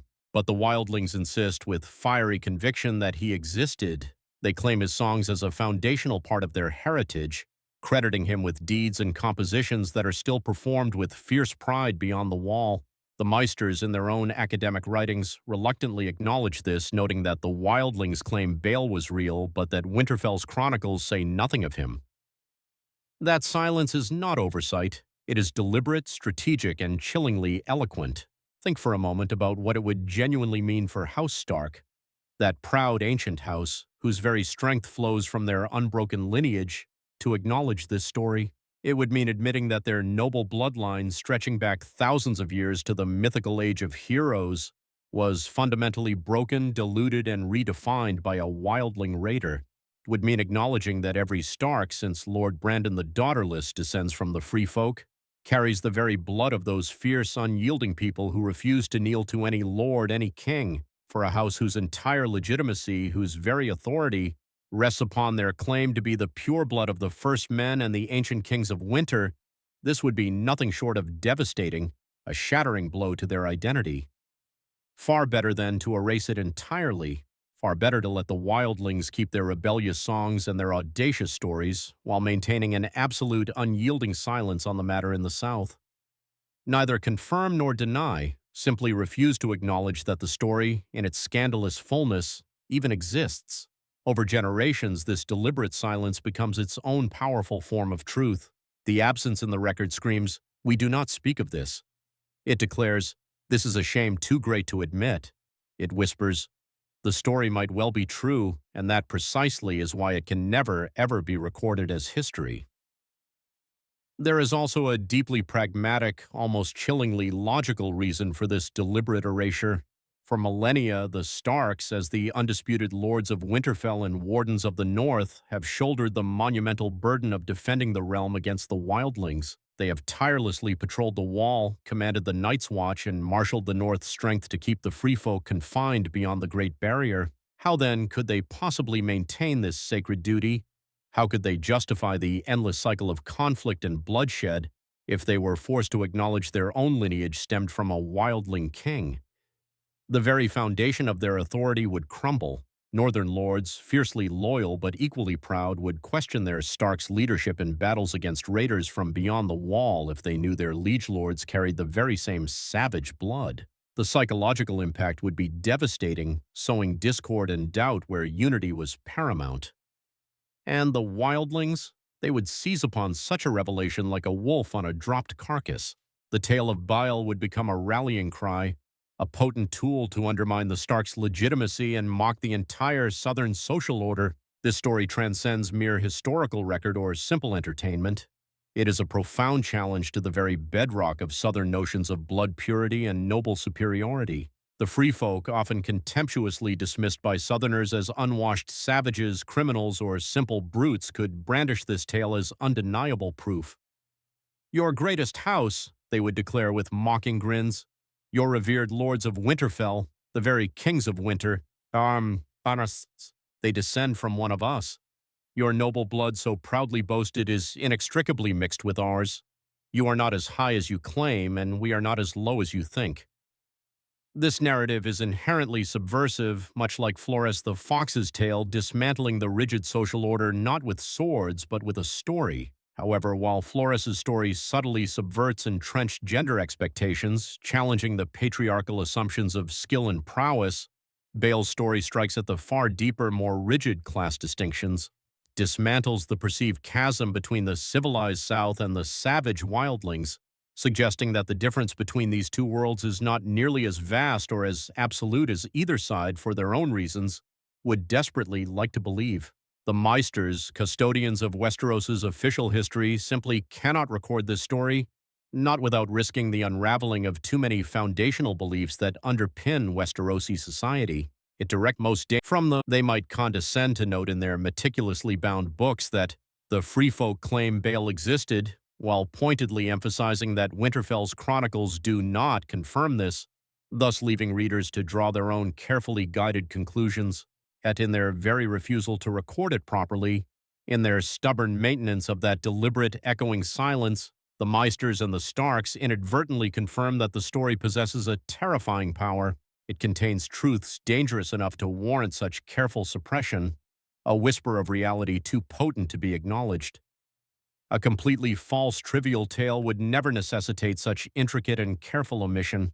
The silence surrounding Bale the Bard is therefore not merely the absence of a story, but rather the profound and unsettling presence of a secret too vital, too destabilizing to ever be openly acknowledged. And so the enigmatic tale of Bale the Bard and the Blue Rose of Winterfell continues to live on, flourishing in two distinct parallel forms. Beyond the Wall, where the cold winds howl and the fires burn low in the frozen darkness, it is sung proudly. It is a testament to wildling cleverness and raw courage, a cherished piece of oral history that proves even the mightiest lords, ensconced in their ancient castles, can be outwitted and outmaneuvered by one exceptionally clever man blessed with a talent for music and deception. It is a symbol of their enduring spirit. South of the Wall, however, particularly within the hallowed halls of Winterfell and the learned citadels, it exists only in hushed whispers and deliberate omissions. In what is carefully not said in official chronicles that might briefly mention Bale, only to immediately qualify it by noting that the wildlings claim he existed, while Winterfell's own histories maintain an impenetrable telling silence. Mance Rayder, the king beyond the Wall, understood the profound strategic power of this very story. He visited Winterfell not once but twice, both times, disguised as a humble singer, deliberately echoing Bale's legendary infiltration. The first time he came to witness King Robert Baratheon's visit, satisfying his shrewd curiosity about the Southern king and his court. The second time he returned calling himself Abel, an anagram of Bael, a subtle but potent homage, intent on rescuing the person he believed to be Arya Stark from the clutches of the Boltons. These acts, Mance not only paid tribute to the ancient legend but actively reenacted it, proving that the tale still possessed a vital relevance, still capable of inspiring daring actions centuries, or even millennia after the original events supposedly transpired. The story also serves as a haunting shadow, a poignant echo of another, far more recent tale, a striking parallel to events that would unfold thousands of years later. A prince who loved songs, a Stark maiden forever associated with the ethereal beauty of blue winter roses, a forbidden romance that had to be hidden from the world, and a child born in secret whose true parentage would be tragically concealed. The whispers of Rhaegar Targaryen and Lyanna Stark, a romance that tore kingdoms apart and birthed a new era of conflict. The tale of Bael and his stolen rose resonates forward through time, a powerful testament to the idea that history, in its grand, cyclical patterns, repeats itself. The essential patterns persist, even as the specific players and the intricate details change. Whether Bael the Bard truly existed, whether he genuinely stole into Winterfell and concealed himself in the crypts with Lord Brandon's daughter, whether the Starks actually descend from wildling blood, these questions, though tantalizing, cannot be answered with definitive certainty. The scant evidence is often contradictory, the timelines confused by the passage of ages, the truth irrevocably buried beneath countless layers of legend, embellishment, and deliberate omission. Yet the story endures, tenacious and vital, precisely because it serves purposes far beyond a simple factual historical record. It challenges deeply ingrained assumptions, questions the very foundations of legitimacy, preserves a fierce wildling pride against the tide of southern scorn, and subtly reminds everyone that the line separating the savage from the civilized, the noble from the common, the feared enemy from the revered ancestor, is often far thinner, far more porous than we in our comfortable certainties care to admit. The maesters in their meticulous histories consciously choose not to record it, but that very act of non-recording is, in itself, a powerful form of record. The silence in this case speaks volumes, and beyond the wall, around crackling fires and the biting frozen darkness, the wildlings still sing Bael's songs, still tell the gripping tale of the bard who proved his courage and cunning by stealing the most beautiful flower from Winterfell's very gardens. They know a truth that Winterfell, for all its ancient might, will not acknowledge. Sometimes the stories that are never written down, the ones passed from mouth to ear, generation to generation, are the most important ones of all. The Night Fort, as we have seen, is a grim monument, a place home to more dark and disturbing tales than perhaps any other castle in all of Westeros. The Night King and the Rat Cook, though undeniably chilling, are merely the most famous of the horrors said to have transpired within its formidable black walls. But there are others, perhaps lesser known to the wider world, yet no less haunting, no less steeped in dread. These are the stories that old men murmur by firelight, and that are whispered by the men of the Night's Watch when they stand their lonely, desolate watches in the deepest, darkest hours of the night, when the wall itself seems to groan with ancient secrets. There is the tragic tale of Dany Flint, a young soul, brave and defiant, yet ultimately doomed, in a world where the Night's Watch, in its desperate need for manpower, accepts any man who comes to take the black, regardless of his past crimes, his noble birth, or his complete lack thereof.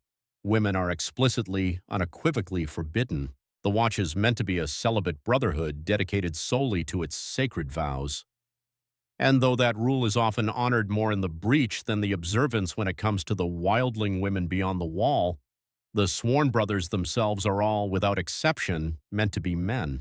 Dany Flint, driven by unknown desperation, wanted to serve. Perhaps she was fleeing an unwanted, predetermined marriage, escaping the crushing grip of poverty, or running from some other grim fate that awaited her as a woman in a harsh, unforgiving Westeros. Whatever her compelling reasons, she bravely disguised herself as a boy and took the black, traveling to the ancient Night Fort to begin her service. And for a time, her deception miraculously held. She trained alongside the other raw recruits, performed her arduous duties, and even took her solemn vows. But inevitably, tragically, her secret was discovered. What transpired next is not explicitly detailed in the surviving stories, the specifics left chillingly vague, perhaps because the truth is far too ugly, too deeply shameful to be spoken plainly. She was raped, she was murdered. Her death was not swift or merciful, and in the most grotesque betrayal, it was her sworn brothers, the very men she had trained with, lived beside and shared meals with, who committed these heinous crimes against her. Dany Flint has since become a chilling ghost story, a mournful tale recounted to remind the Night's Watch of a truly shameful chapter in their long, often brutal history. Some say her restless spirit still haunts the Night Fort, a shadowy figure wandering its cold, echoing halls in her black cloak, an eternal sentinel searching for a justice that never came in life. But the true horror of Dany Flint's story is not supernatural. It lies in the raw, brutal reality of men who, confronted with a woman where they expected only brothers, responded with monstrous violence rather than compassion or even simple mercy. Then there are the 79 Sentinels, a grim testament to the dire consequences of cowardice. These men, deserters from the Night's Watch, met a fate that makes a simple execution seem like a merciful release. Abandoning their posts, they fled the Night Fort, seeking illicit refuge in the supposedly safe lands to the south. Lord Ryswell, the father of one of the deserters, captured them all and with grim determination sent them back to face the inexorable justice of the Watch. But they were not simply executed and buried in the cold earth. Instead, they were sealed alive into holes in the colossal wall itself, placed into narrow crevices in the ancient, unforgiving ice, and left there, frozen in time, to slowly freeze and suffocate. Their spectral bodies remain there still, frozen sentinels eternally standing their watch in death, a grim mockery of the duty they refuse to perform in life. When the wind howls through the towering wall, some say you can still hear their faint, mournful moaning, a chilling echo of their eternal punishment for the unforgivable crime of desertion. Maddox is another name whispered in the Night Fort's dark, bloody past. Ranger of the Night's Watch, he descended into madness for reasons never fully explained. Perhaps it was the crushing isolation of the wall, the endless soul-numbing cold, or the unspeakable horrors he witnessed beyond the barrier. Perhaps there was no reason at all, just madness striking with the sudden arbitrary cruelty of a plague. Whatever the cause, Maddox seized his namesake weapon, an axe presumably, and began stalking through the ancient Night Fort, methodically murdering his brothers, the very men he had sworn to protect. He slaughtered them in the training yards, in the echoing halls, and even climbed the treacherous towers to reach men who believed themselves safe from his rampage. He butchered his way through the garrison, and the sheer confusion and terror of his sudden, brutal rampage meant he killed many before he was finally stopped. The precise details of how many died and how Maddox himself was finally brought down are lost to the mists of time, obscured by fear and the passage of centuries. But his name endures, a chilling reminder that sometimes the greatest danger to the Night's Watch comes not from the wildlings or the others beyond the wall, but from within, from the very men who break under the unbearable strain of their service, their minds shattering like ice underfoot. Simeon Stareyes, a figure shrouded in the mists of the Age of Heroes, was a legendary knight whose unwavering courage was said to have allowed him to continue fighting even after losing his eyes in battle. He replaced them with sapphires that, by some arcane magic or unwavering will, could somehow still see, earning him the evocative moniker, the Knight of the Stareyes at the Night Fort. According to legend, he witnessed hellhounds fighting within the castle walls. What these hellhounds truly were, literal demonic canines, or perhaps metaphorical representations of some other unspeakable horror, is not explicitly explained, but the image itself endures. A blind knight with gleaming sapphires for eyes, stoically watching infernal creatures locked in battle within the grim yards of the Night Fort.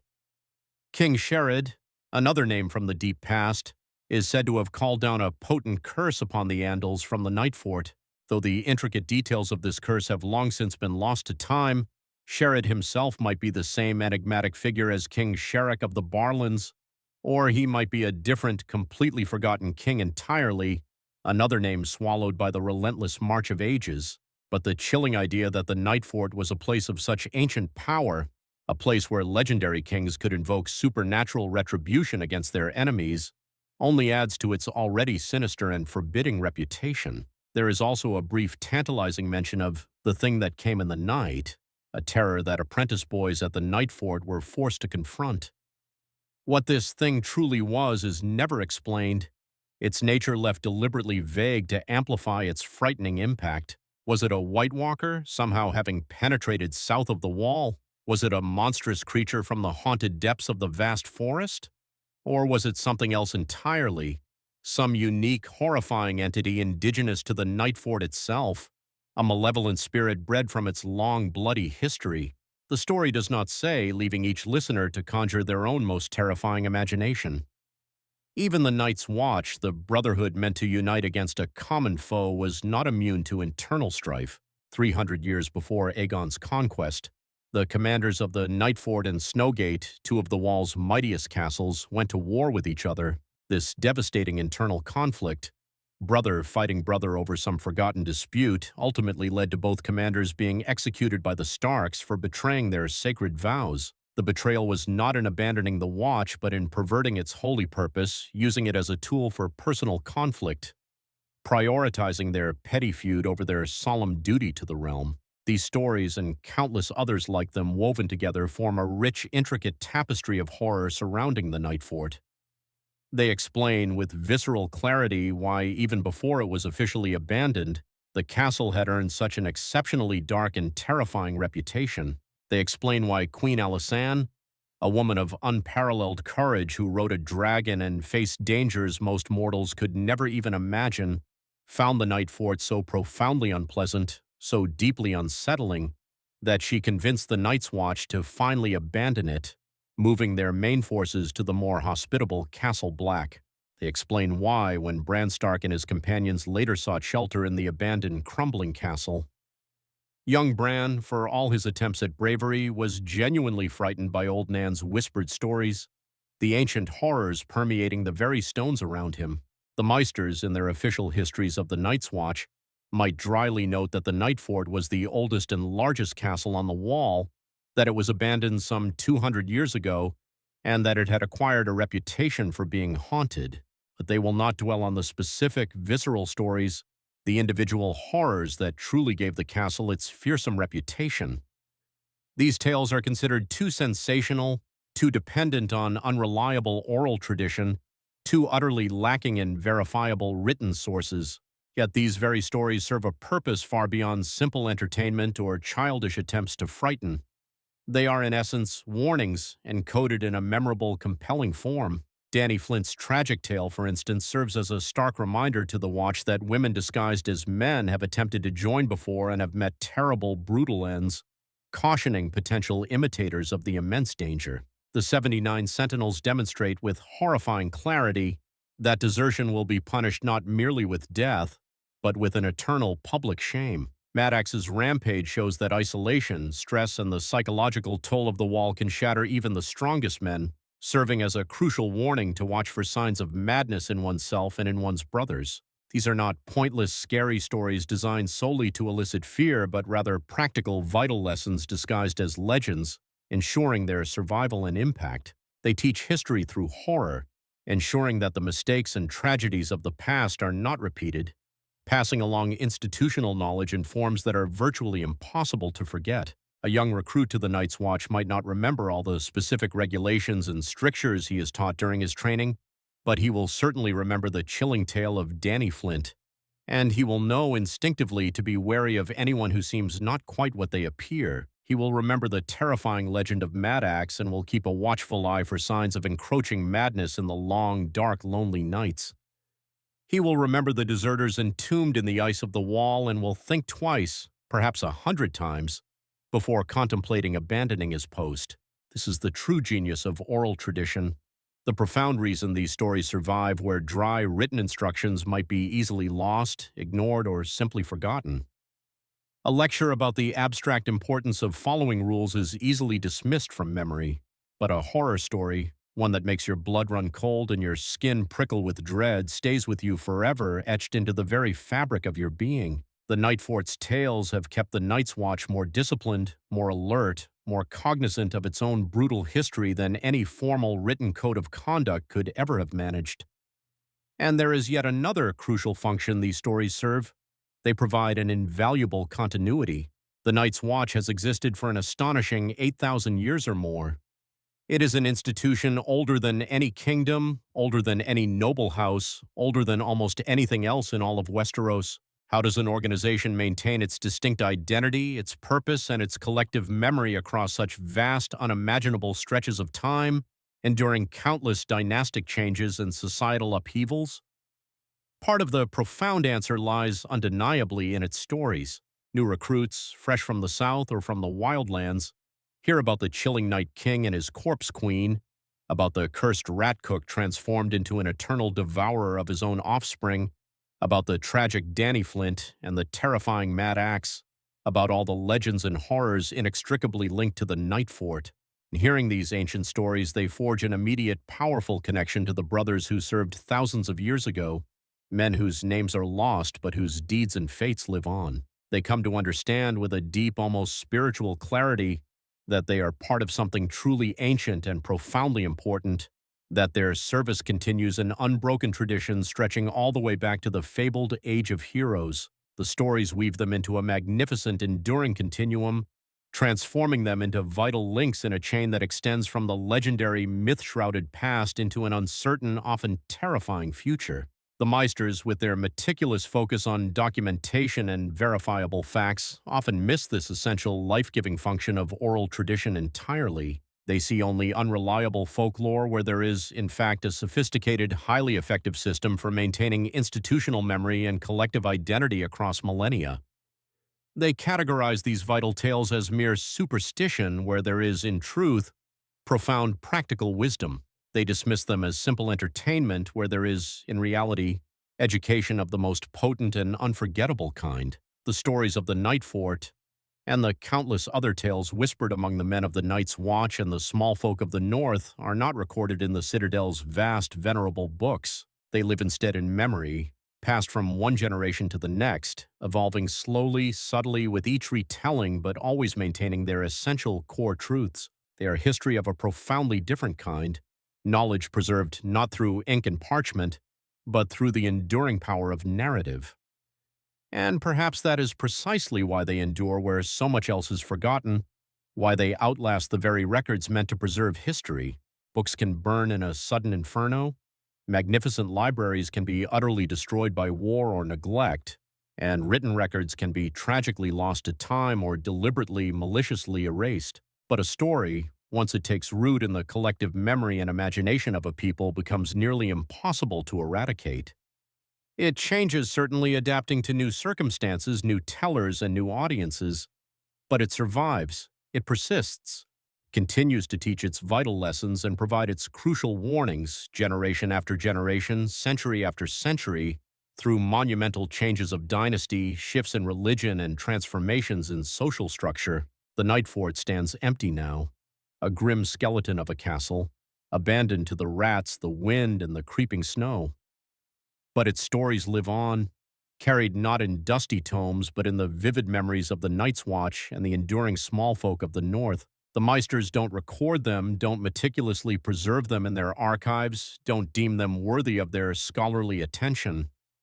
Yet these very tales have outlasted entire kingdoms, survived the collapse of civilizations, and endured through 8,000 years of tumultuous history. That alone should be a powerful suggestion that they contain truths profoundly worth preserving, wisdom profoundly worth heeding, knowledge that cannot be captured in formal academic histories, but nonetheless shapes the world in deep, undeniable ways. We've explored the cunning Flora's the Fox and her impossible feat of juggling 3 husbands, and the audacious Bael the Bard who daringly hid in Winterfell's crypts.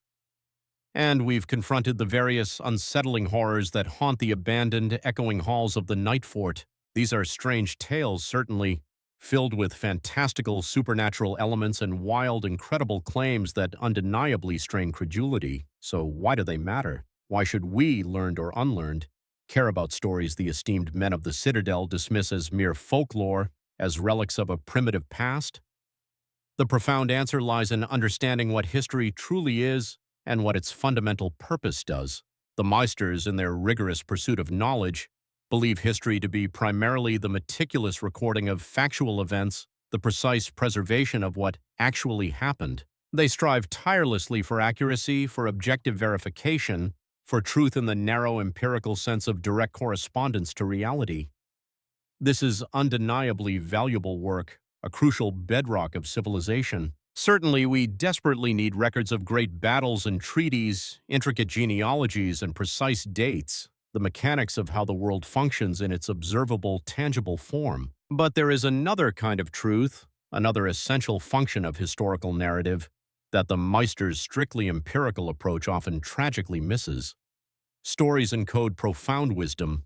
They teach invaluable lessons, often with an emotional resonance that purely factual accounts lack. They preserve essential cultural knowledge, maintain collective identity, provide crucial warnings, and inspire immense courage.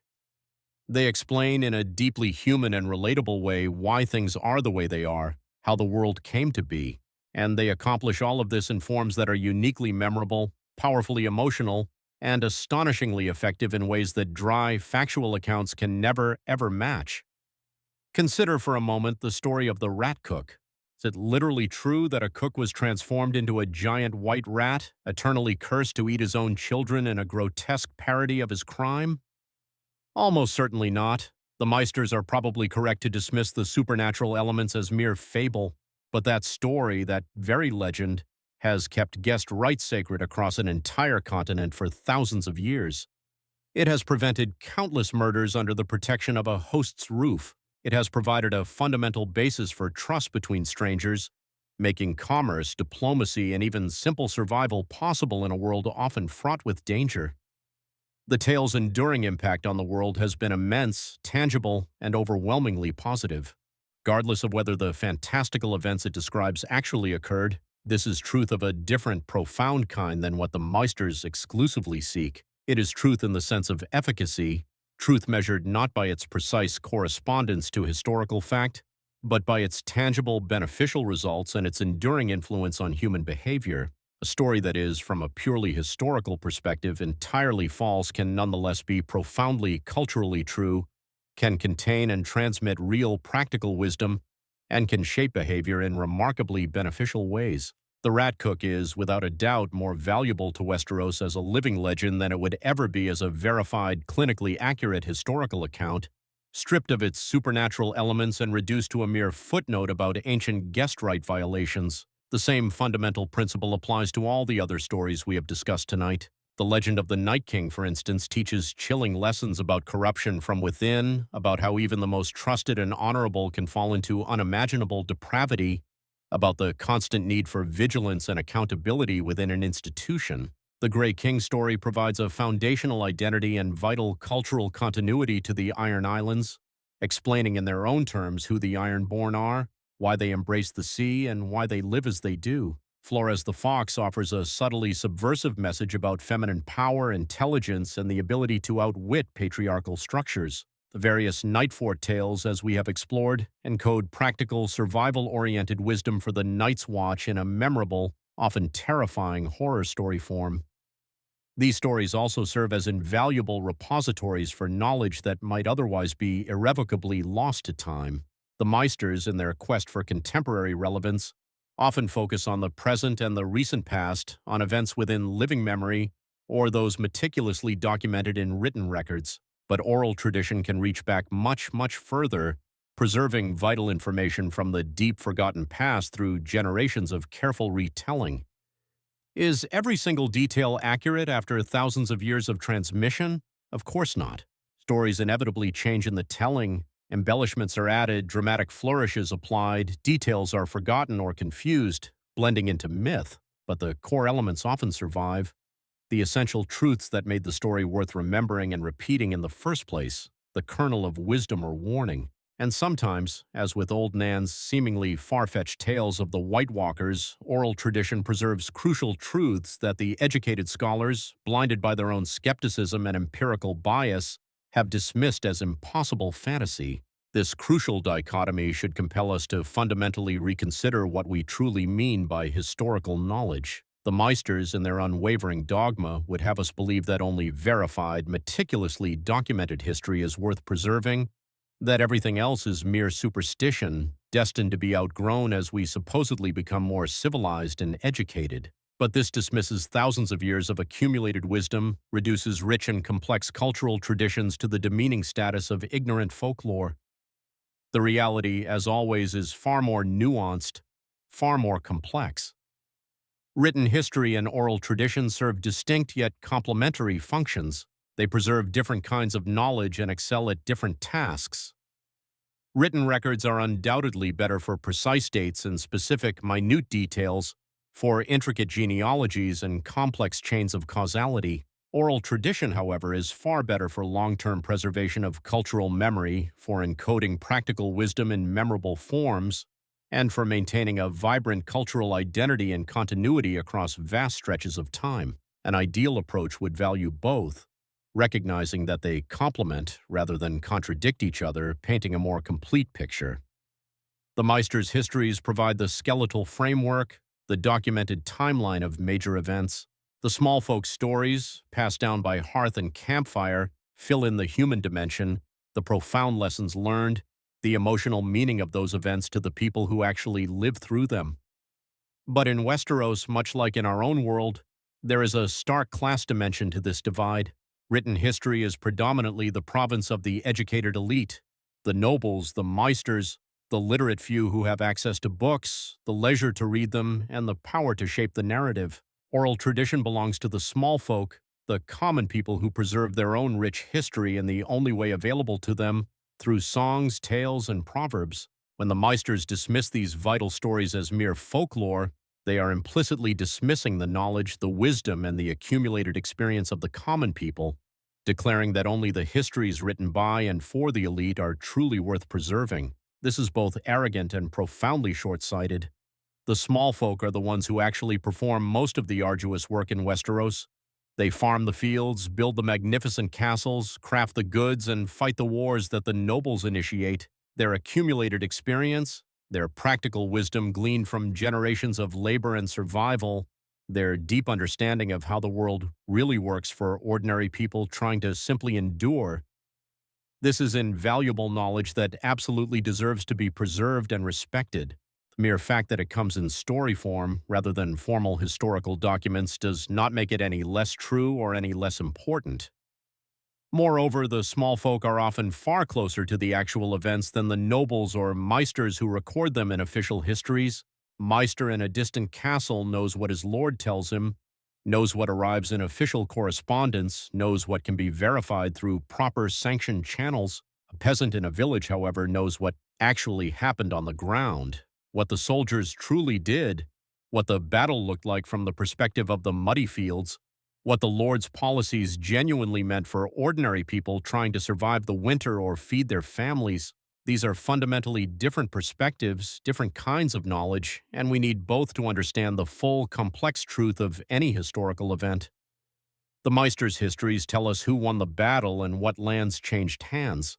The small folks' stories tell us what that battle meant to the people who fought it, to the people who survived it, and to the people who had to rebuild their lives and homes in its devastating aftermath. The narratives we've delved into this evening also serve as a profound reminder that history in its truest sense is far more than the chronicle of great lords and their monumental deeds. For all the meticulous focus the Meisters might direct towards kings, queens, and battles waged by armies, the tapestry of history is woven just as intricately by the daily lives of humble cooks and tireless nurses, by the anonymous common soldiers who bled on forgotten fields, and by the resilient fisherfolk who plied their trade on stormy seas. It is shaped by the countless ordinary individuals whose names may never grace a single parchment, yet whose lives, choices, and quiet acts of defiance or endurance ripple outwards, influencing the course of the world with the same inescapable force as any monarch's decree. Consider the tale of the rat cook.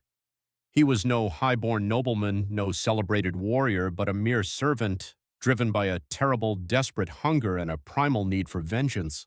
His gruesome story, steeped in dark magic and divine retribution, has not only endured for thousands of years but continues to exert a chilling influence over the behavior and moral codes across the entire continent of Westeros, safeguarding the sacred guest right against even the most powerful temptations of betrayal. Then there is Old Nan, a wizened, often rambling servant from Winterfell, illiterate and ancient beyond memory.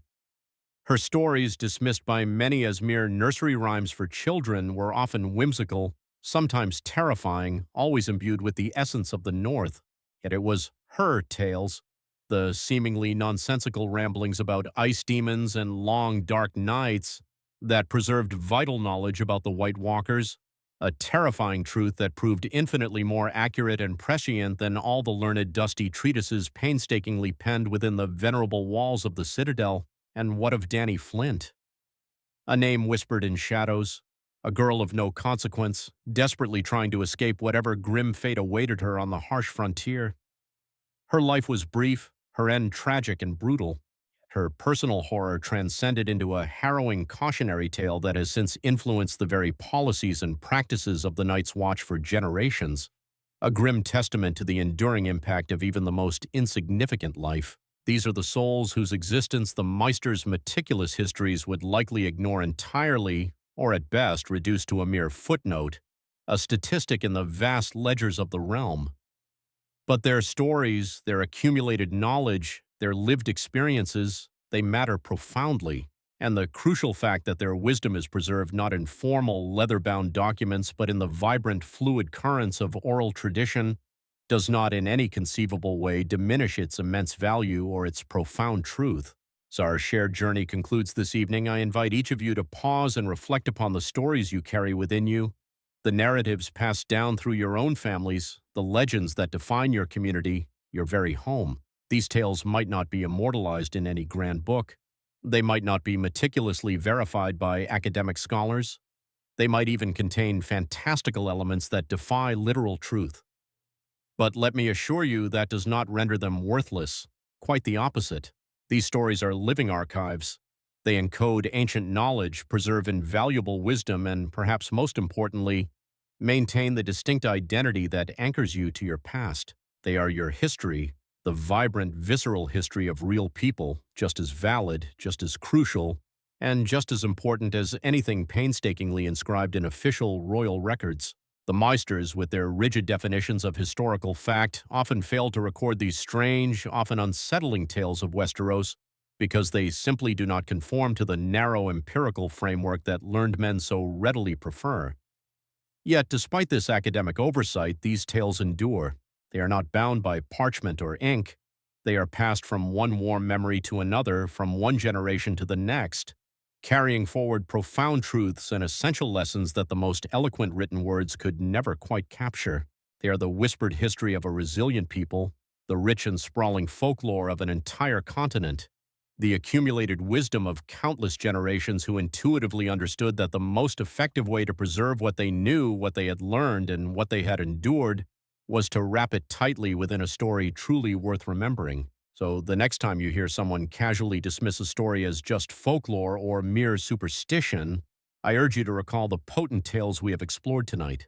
Remember how old Nan's supposedly silly stories about the White Walkers, the creatures of ice and shadow, ultimately proved to be terrifyingly true. Remember how the gruesome legend of the Rat Cook has kept the sacred custom of guest right inviolable for millennia, a potent deterrent against treachery. Remember how the saga of the Grey King, a mythic figure shrouded in salt and spray, has maintained the fierce, unique identity of the Iron Islands against the encroaching tides of mainland influence across vast stretches of time. Remember how Flores the Fox's cunning story has, for thousands of years, carried a subtly subversive message about feminine power and intellect, challenging patriarchal norms from within the very fabric of popular culture.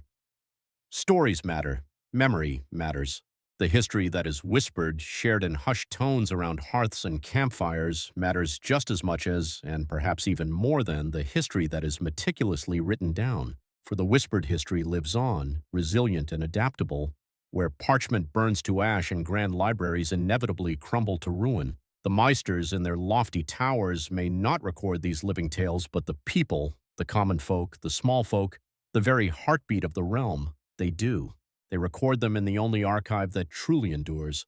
The vast collective memory of a culture, lovingly preserved in narrative form, passed forward not just as entertainment, but as vital hope and solemn warning to all who come after. The fire burns low now, my friends, casting long shadows across our faces, and our night's journey through the strange unwritten tales that the Meisters stubbornly refuse to record must, alas, come to an end. We have walked together through the chilling dark halls of the Night Fort, listened intently to the fierce legends of the Iron Islands, and heard the scandalous whispers from the opulent Reach. We have seen firsthand how oral tradition possesses an unparalleled ability to preserve fundamental truths that official histories often tragically miss, how the hard-won wisdom of the small folk steadfastly endures across millennia. We have witnessed how stories encode knowledge in forms so potent, so deeply ingrained, that they survive with unwavering tenacity when fragile written records inevitably fail.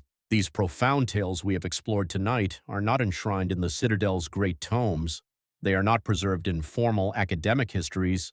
They are not verified by learned men in their heavy chains of office. Yet they live on, a soft, knowing chuckle, carried in the vibrant memories of common people, told with gusto around crackling fires, and in boisterous taverns sung with passion by bards, and whispered intimately by nurses to fretful children. They endure because they matter. They endure because they serve essential needs, emotional, cultural, spiritual, that dry, factual, historical accounts can never hope to address. And they endure because they contain truths far deeper, far more resonant than mere factual accuracy can ever encompass. The next time you hear someone casually dismiss a story as folklore or superstition, I sincerely hope you will pause. I hope you will truly consider what profound wisdom might be encoded within that tale, what crucial warning it might carry, what invaluable truth it might steadfastly preserve for generations to come. History, you see, is not just what the scholars, in their academic wisdom, choose to record. History is also what the people themselves remember. It is what they collectively deem important enough to pass along. It is what they lovingly wrap in narrative, in song, in legend, and preserve across countless generations, a living testament to their enduring spirit. Thank you for joining me tonight on this exploration of the forgotten and the whispered, a warm, appreciative smile, the legendary and the truly strange. If you enjoyed this journey through the countless tales the Meisters choose to ignore, I humbly ask you to take a moment to like this video and subscribe to the channel. There are so many more stories to explore, so many more hidden corners of Westeros to examine, so many more whispered truths to uncover from the shadows of time. Till next time, my dear friends, may you always remember that truth manifests in myriad forms, that profound wisdom resides in the most unexpected places, and that the most vital stories are more often than not the ones that are never, ever written down. The Meisters may keep their histories in the cold, unfeeling stones of the Citadel, but the people, they keep their own histories in the warmth of memory and the enduring power of song. Both are necessary, both are real, and both unequivocally deserve to be heard. Good night.